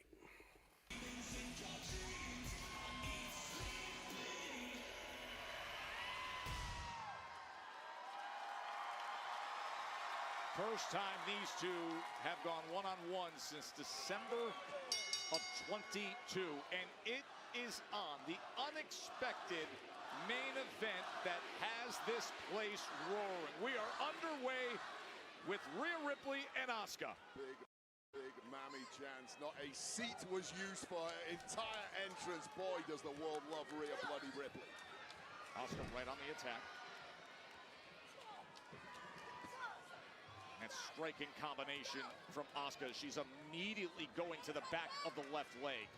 Well, I had my stats guy pull something up. These two have competed several times in the past, but to be clear, one-on-one. Pinning combination from Asuka.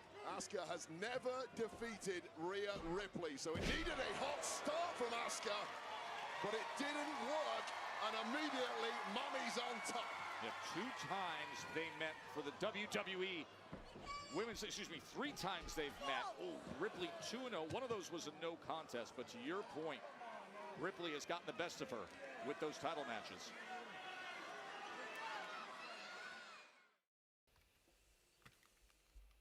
So, match between Rhea Ripley and Asuka has taken a commercial break, which means we are going back to the Monday Night Football game, which actually just came back from its commercial break for the 2-minute warning. So 3rd and goal, Ravens driving. Will they score? Let's see. Trying to tie the game.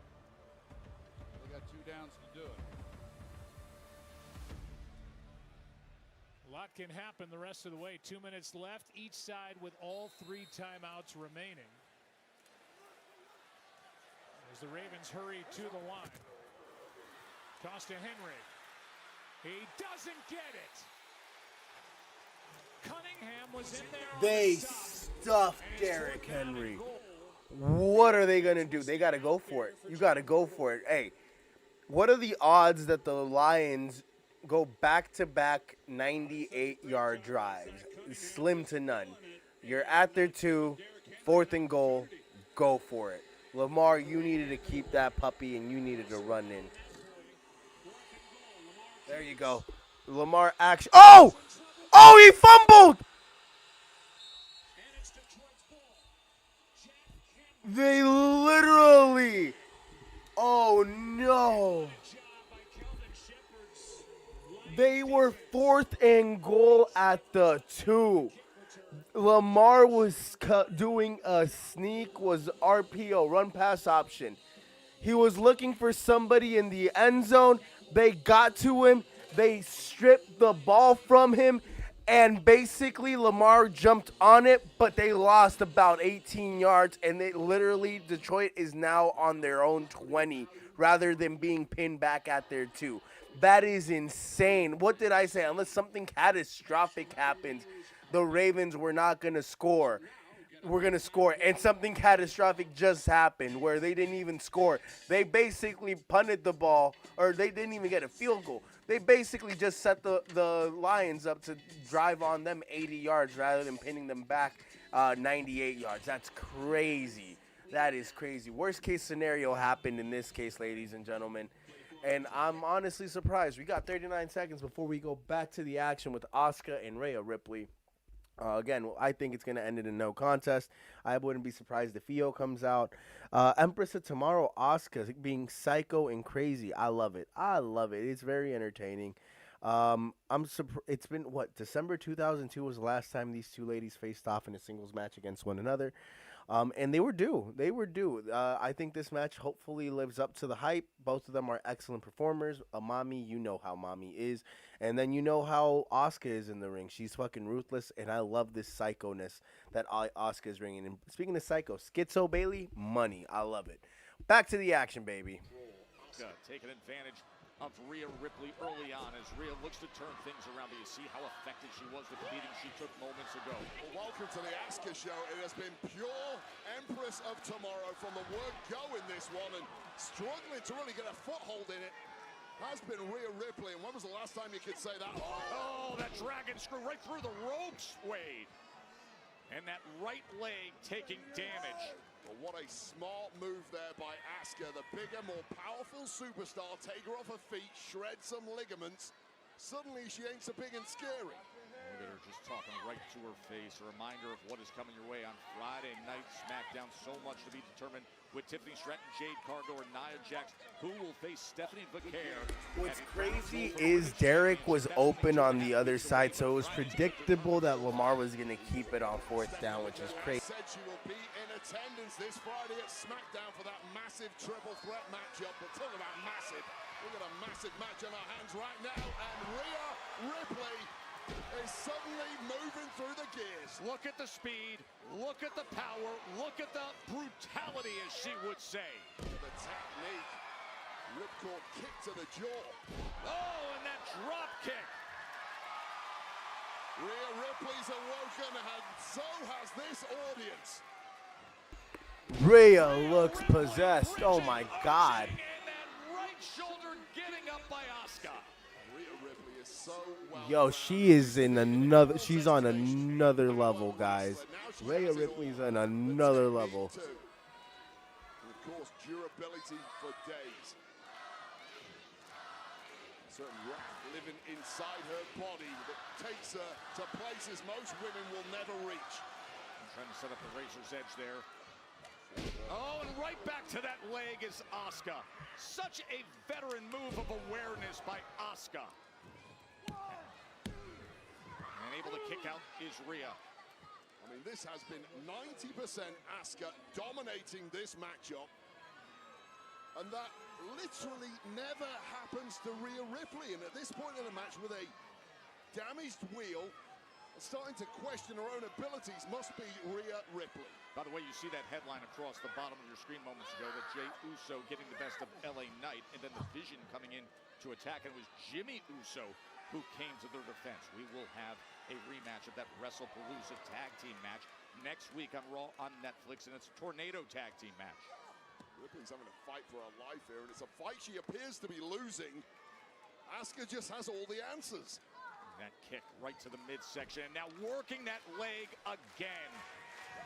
Best striker in the women's division is Asuka. And then switched by Rhea. That wasn't a fumble. That ball. So back to the Lions Ravens game while this match is still going on. Basically, there was an unguarded man, number 99. I forget who that is. That came up on Jared Goff, basically got a sack. Goff was able to get the ball out right before he got sacked, but there was a receiver within range. So 3rd and 10. Lions almost blew him up. That's crazy. Match is taking a quick commercial break. Let's go back to the Lions-Ravens match. Match between Rhea Ripley and Asuka has actually been pretty good. I'm not going to lie. Both these ladies are executing to a high level. Stayed a little low. I'm not surprised they didn't call it. 3rd down and 10 with the ball sitting at the 25. Amon-Ra St. Brown, well played by the Ravens. And the Lions do nothing with the ball. Nate Wiggins made that stop. And the clock will stop with 1:05 remaining as the Ravens will take a timeout. Hey, Ravens made a mistake on that last drive, basically fumbling the ball and setting up the Lions to drive about 80 yards. However, Lions couldn't do anything with the ball. The Ravens knocked up that defensive intensity to like a 10, basically causing the Lions to go 3 and out and punt. Jared Goff not having any time to throw the ball. Let's see if the Ravens with Lamar Jackson can do something with it. Tonight, if not for Jake Bates, as Jack Fox will punt it. Wester waiting for it. Flag is down. Wester on the return, and he gets dropped after he crossed the 40. Holding. Kicking team number 15. That 10-yard penalty be added at the end of the run. First down. Timeout. Ravens getting a huge break with that flag. Ravens get the ball at the 50-yard line after the commercial break right now. And can Lamar Jackson drive it in for a touchdown, or will they have to settle for a field goal? I'm assuming, again, unless something catastrophic happens, Ravens should be walking into halftime with some sort of points. Okay? Okay? Again, am I jinxing them? Who knows? Maybe. My pick was the Ravens to blow them out. I didn't see this happening at all. Oh, man. Well, Asuka versus Rhea should be back in the next 13 seconds. Again, the match has started off pretty well. It's a fluid match in my honest opinion. I still got it ending in a no contest. Let's get back to the act. Just countered moments ago against Rhea Ripley with that ankle lock, Wade. Well, that is how dangerous Asuka really is. A technical wizard. And when it looked like it was turning into the Rhea Ripley show, just like that, Asuka grabbed control. Back and forth they have gone. Swinging all over the place. Two women at the very top of this industry. Two women who know what it's like to hold that gold. 4 times a world champion is Asuka. 3 times Rhea Ripley. They have gone back and forth in recent weeks, and Rhea's patience was tested with the way Asuka was managing and handling things with Io Sky. Tonight it went too far. Asuka may well have burnt herself out in the early going to this one. Almost a rope-a-dope strategy from Rhea Ripley. Rhea's up top, superplex. Did you hear and see the impact that both took? Yeah, that is not a common move for Rhea Ripley. She landed very high in the neck and shoulder. She's grabbing the spine up at the moment. Watch the landing of Ripley. You don't want to land quite as high on the back as she did there. But, of course, Asuka taking an even worse landing on that one. Just the way that rotation was, and you saw the upper... Wade is lying. The one that took the brunt of that was Rhea Ripley with the way that she took that bump. There's ways that you take that bump. The way Rhea took it, she took the brunt of it. Clearly thrown her off her game slightly, and she's struggling to get back to a regular form ever since. It is that left leg that Asuka was targeting throughout the middle of this match as they trade in the center of the ring. Strike after strike. Don't want to trade with a bigger, stronger superstar like Ripley, but you do. Oh, look at this! Look at this by Asuka! Quick as a flash pin. Handling this with a kick, just get away from it. Both of them trying to bring their best in that spinning elbow. Connects to the skull of Asuka, but Asuka shaking it off, maybe in a glancing blow. More than anything, that one certainly was not. This is good stuff here. As Rhea Ripley has Asuka in position, razor's edge, every bit of it. Mommy on the attack, Wade. Shout out Damian Priest, the Terror Twins. To put it away, and Asuka survives and gets that left shoulder up. There's a lot of offense now being absorbed by Asuka. Another look at this razor's edge. Straight. Cameraman, you got to do better. You had an opportunity there, my friend. Just a shining wizard right to the jaw. But Asuka equal to it, but for how much longer? And look at Rhea just dragging Asuka back up. Well, she's going for it. And here we go, Joe Tess. Panic stations for Asuka, understandably so. She was thinking riptide, but instead you got to be so careful when she locks it in. Asuka in position. Talking that shoulder, trying to snap the arm with the arm bar. Fully extended now, the right arm of Rhea Ripley, now trying to block just in time. How can she power up out of this armbar, and she somehow is able to turn things around and roll through and escape out the side door. Ripley's arm almost snapped, but the shoulder taking all the damage of that post, and the KO kick right to the temple. Lateral press doesn't hook the leg, and Rhea survives it. Match, guys. This match is insane. Jesus Christ. Asuka draped over Rhea. They are exhausted. Lamar Jackson in the 2-minute drill driving, baby. He having a ball game right now, baby. He got him within field goal range. I think they're in the red zone now against the Lions. Ooh, two-tone. Jones two-toned that bitch in.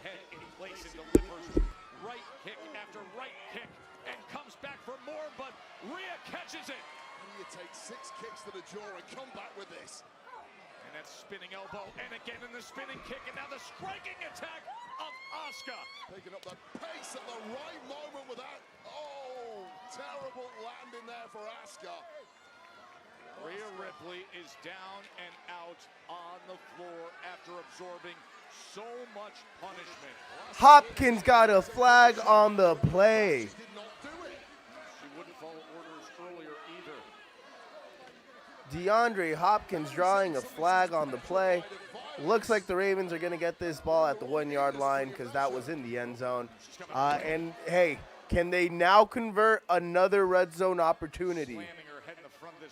Also, Monday Night Raw, the matches tonight have been substantially better than the matches at WrestlePalooza overall, in my honest opinion. Bellowing at her. Help me out here, will you please? I'm assuming that's what Asuka was saying. That is the order, and running elbow from Asuka. Oh, Rhea followed her! She went straight back, and a big right forearm came with it. And now Rhea looking to find something, but instead it's Asuka locking her up again. Going back to that ankle and knee. He's attacking it a little earlier this evening. He's straight back at it, trying to hyperextend that knee, snap it back the wrong way, and now transitioning into an ankle lock. She put this on earlier today. She had worked on that knee much earlier in the match, and now that ankle. Baltimore scoring 13-14 ball game. Extra point coming up. Rashad Bateman with the 3-yard touchdown reception. What a ball game. It looks like we're going into halftime tied unless their kicker misses this easy extra point attempt. Oh, Jesus. Oh, my God. Riptide. Jesus Christ. What a match. Oh, my Lord. Everything's going on. Then the ankle lock applied, turned into a German suplex, and when it looked like Ripley was toast, never right mammy off with one good leg, a pinpoint drop kick to a flying Empress of Tomorrow. Triple H getting praised like a motherfucker for making this the main event, to be completely honest with y'all. He had Jey Uso versus LA Knight. He said, nah, I'm going to give it Rhea Ripley versus Asuka for the main event. And that makes sense. Oh, Kyrie fighting herself. Is she going to hit her?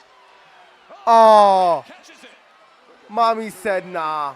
Oh, Asuka just took out Kyrie Sane. 1, 2, 3. Rhea with the win, with the roll up on Asuka. What a match. I thought it was going to be 50-50. What a match. Asuka with the mist. Well,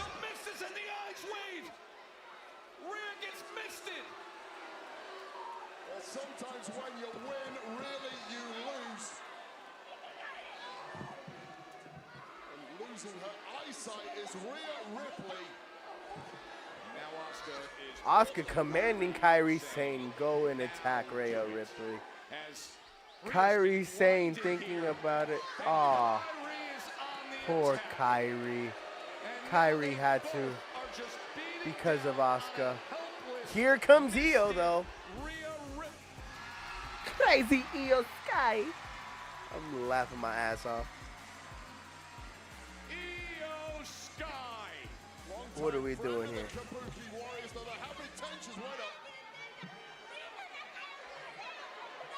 Pleading with Asuka not to do this.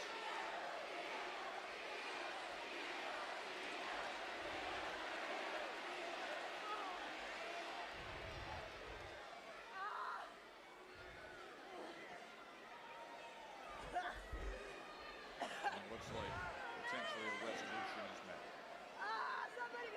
Asuka's about to turn on Io. Asuka's about to turn on Io.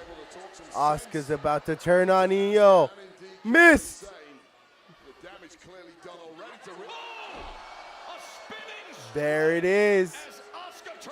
There it is. What'd I tell you? I love how Asuka brought back the mist. It's such a classic move.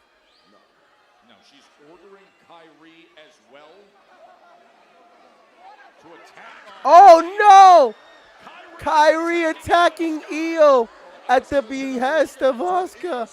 Poor Kyrie, she's broken. She's broken. Oh. This is horrible to see. Io is not. Oh. What are we doing? Dude, Rhea went from being like her normal pale self to being green as fuck. I think this is hilarious. She looks like Mrs. Iguana, if you ask me, ladies and gentlemen. I think it's hilarious. Oh, no. Not on Io. Asuka, not on Io. It finally happened. Here comes Kyrie. Insane elbow. Oh, Lord. The Kabuki Warriors stand tough. Kyrie, distraught, crying. This is my favorite Japanese soap opera of all time, ladies and gentlemen. This is amazing. I love it. I love it. We got, how long we got left? And with that, we end Monday Night Raw. Back to Monday Night Football. Up front without Matabike. Talk about college football upcoming. 7 o'clock Friday on ESPN. Number 8, Florida State against Virginia. 12:30 on Saturday on ABC. Notre Dame and Arkansas at 3:30. LSU Ole Miss.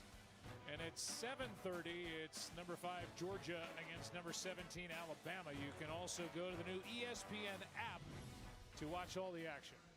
You know, Joe, looking at this right here, I know there's 7 seconds. I like how they call it the new ESPN app, but it's literally the same old ESPN app we've all probably have had on our phones already. It just got updated. Inconceivable. You know, they got to get the ball out. Guys got to know that if they catch the ball and they're in that range, get down, call timeout. There's Amon-Ra St. Brown. Down he goes, and the last timeout will be taken. This league has changed. That was so smart by St. Brown to get down. He leaves 2 seconds on the clock. They used their last timeout. This league has changed so much. We're right around the corner from the first 70-yard field goal that this league has ever seen. But these teams now get around midfield, and they're thinking about field goals. Yeah, I mean, well, thinking field goals here, and even the fact that they went for it there. There was a time not long ago that with 20-whatever seconds were on the clock when they got possession of the ball, they would have just run it out. Lions about to attempt a 70-yard field goal right now. I remember the longest used to be 63 to 64 yards. Now we're going 70. Which would make it a 67-yard field goal.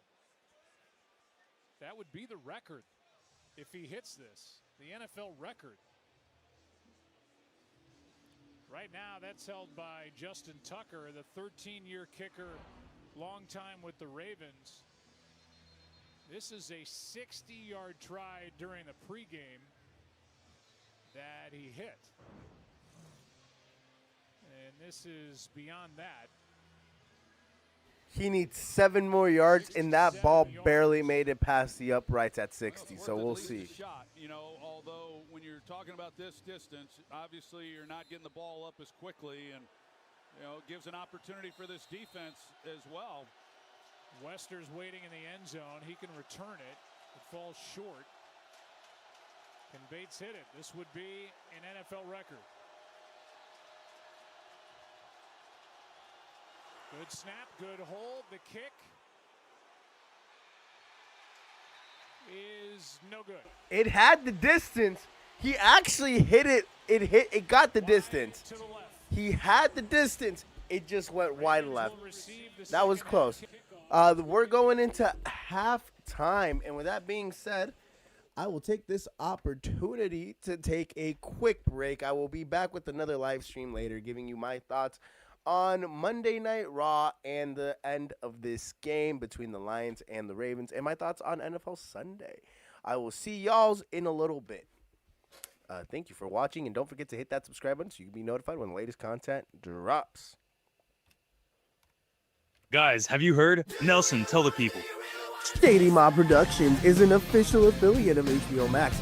Click on the link in the description and sign up. Check out A&A Radio, where we're going to be talking about the latest and greatest financial news, investments, banking, and personal finance. Check out the channel, and don't forget to hit the subscribe button so you can be notified when the latest content drops. If you're in the San Francisco Bay Area and want the best cut of your life, go check out Headspins Barbershop, located in South San Francisco, the official barbershop of N1 from the End Zone.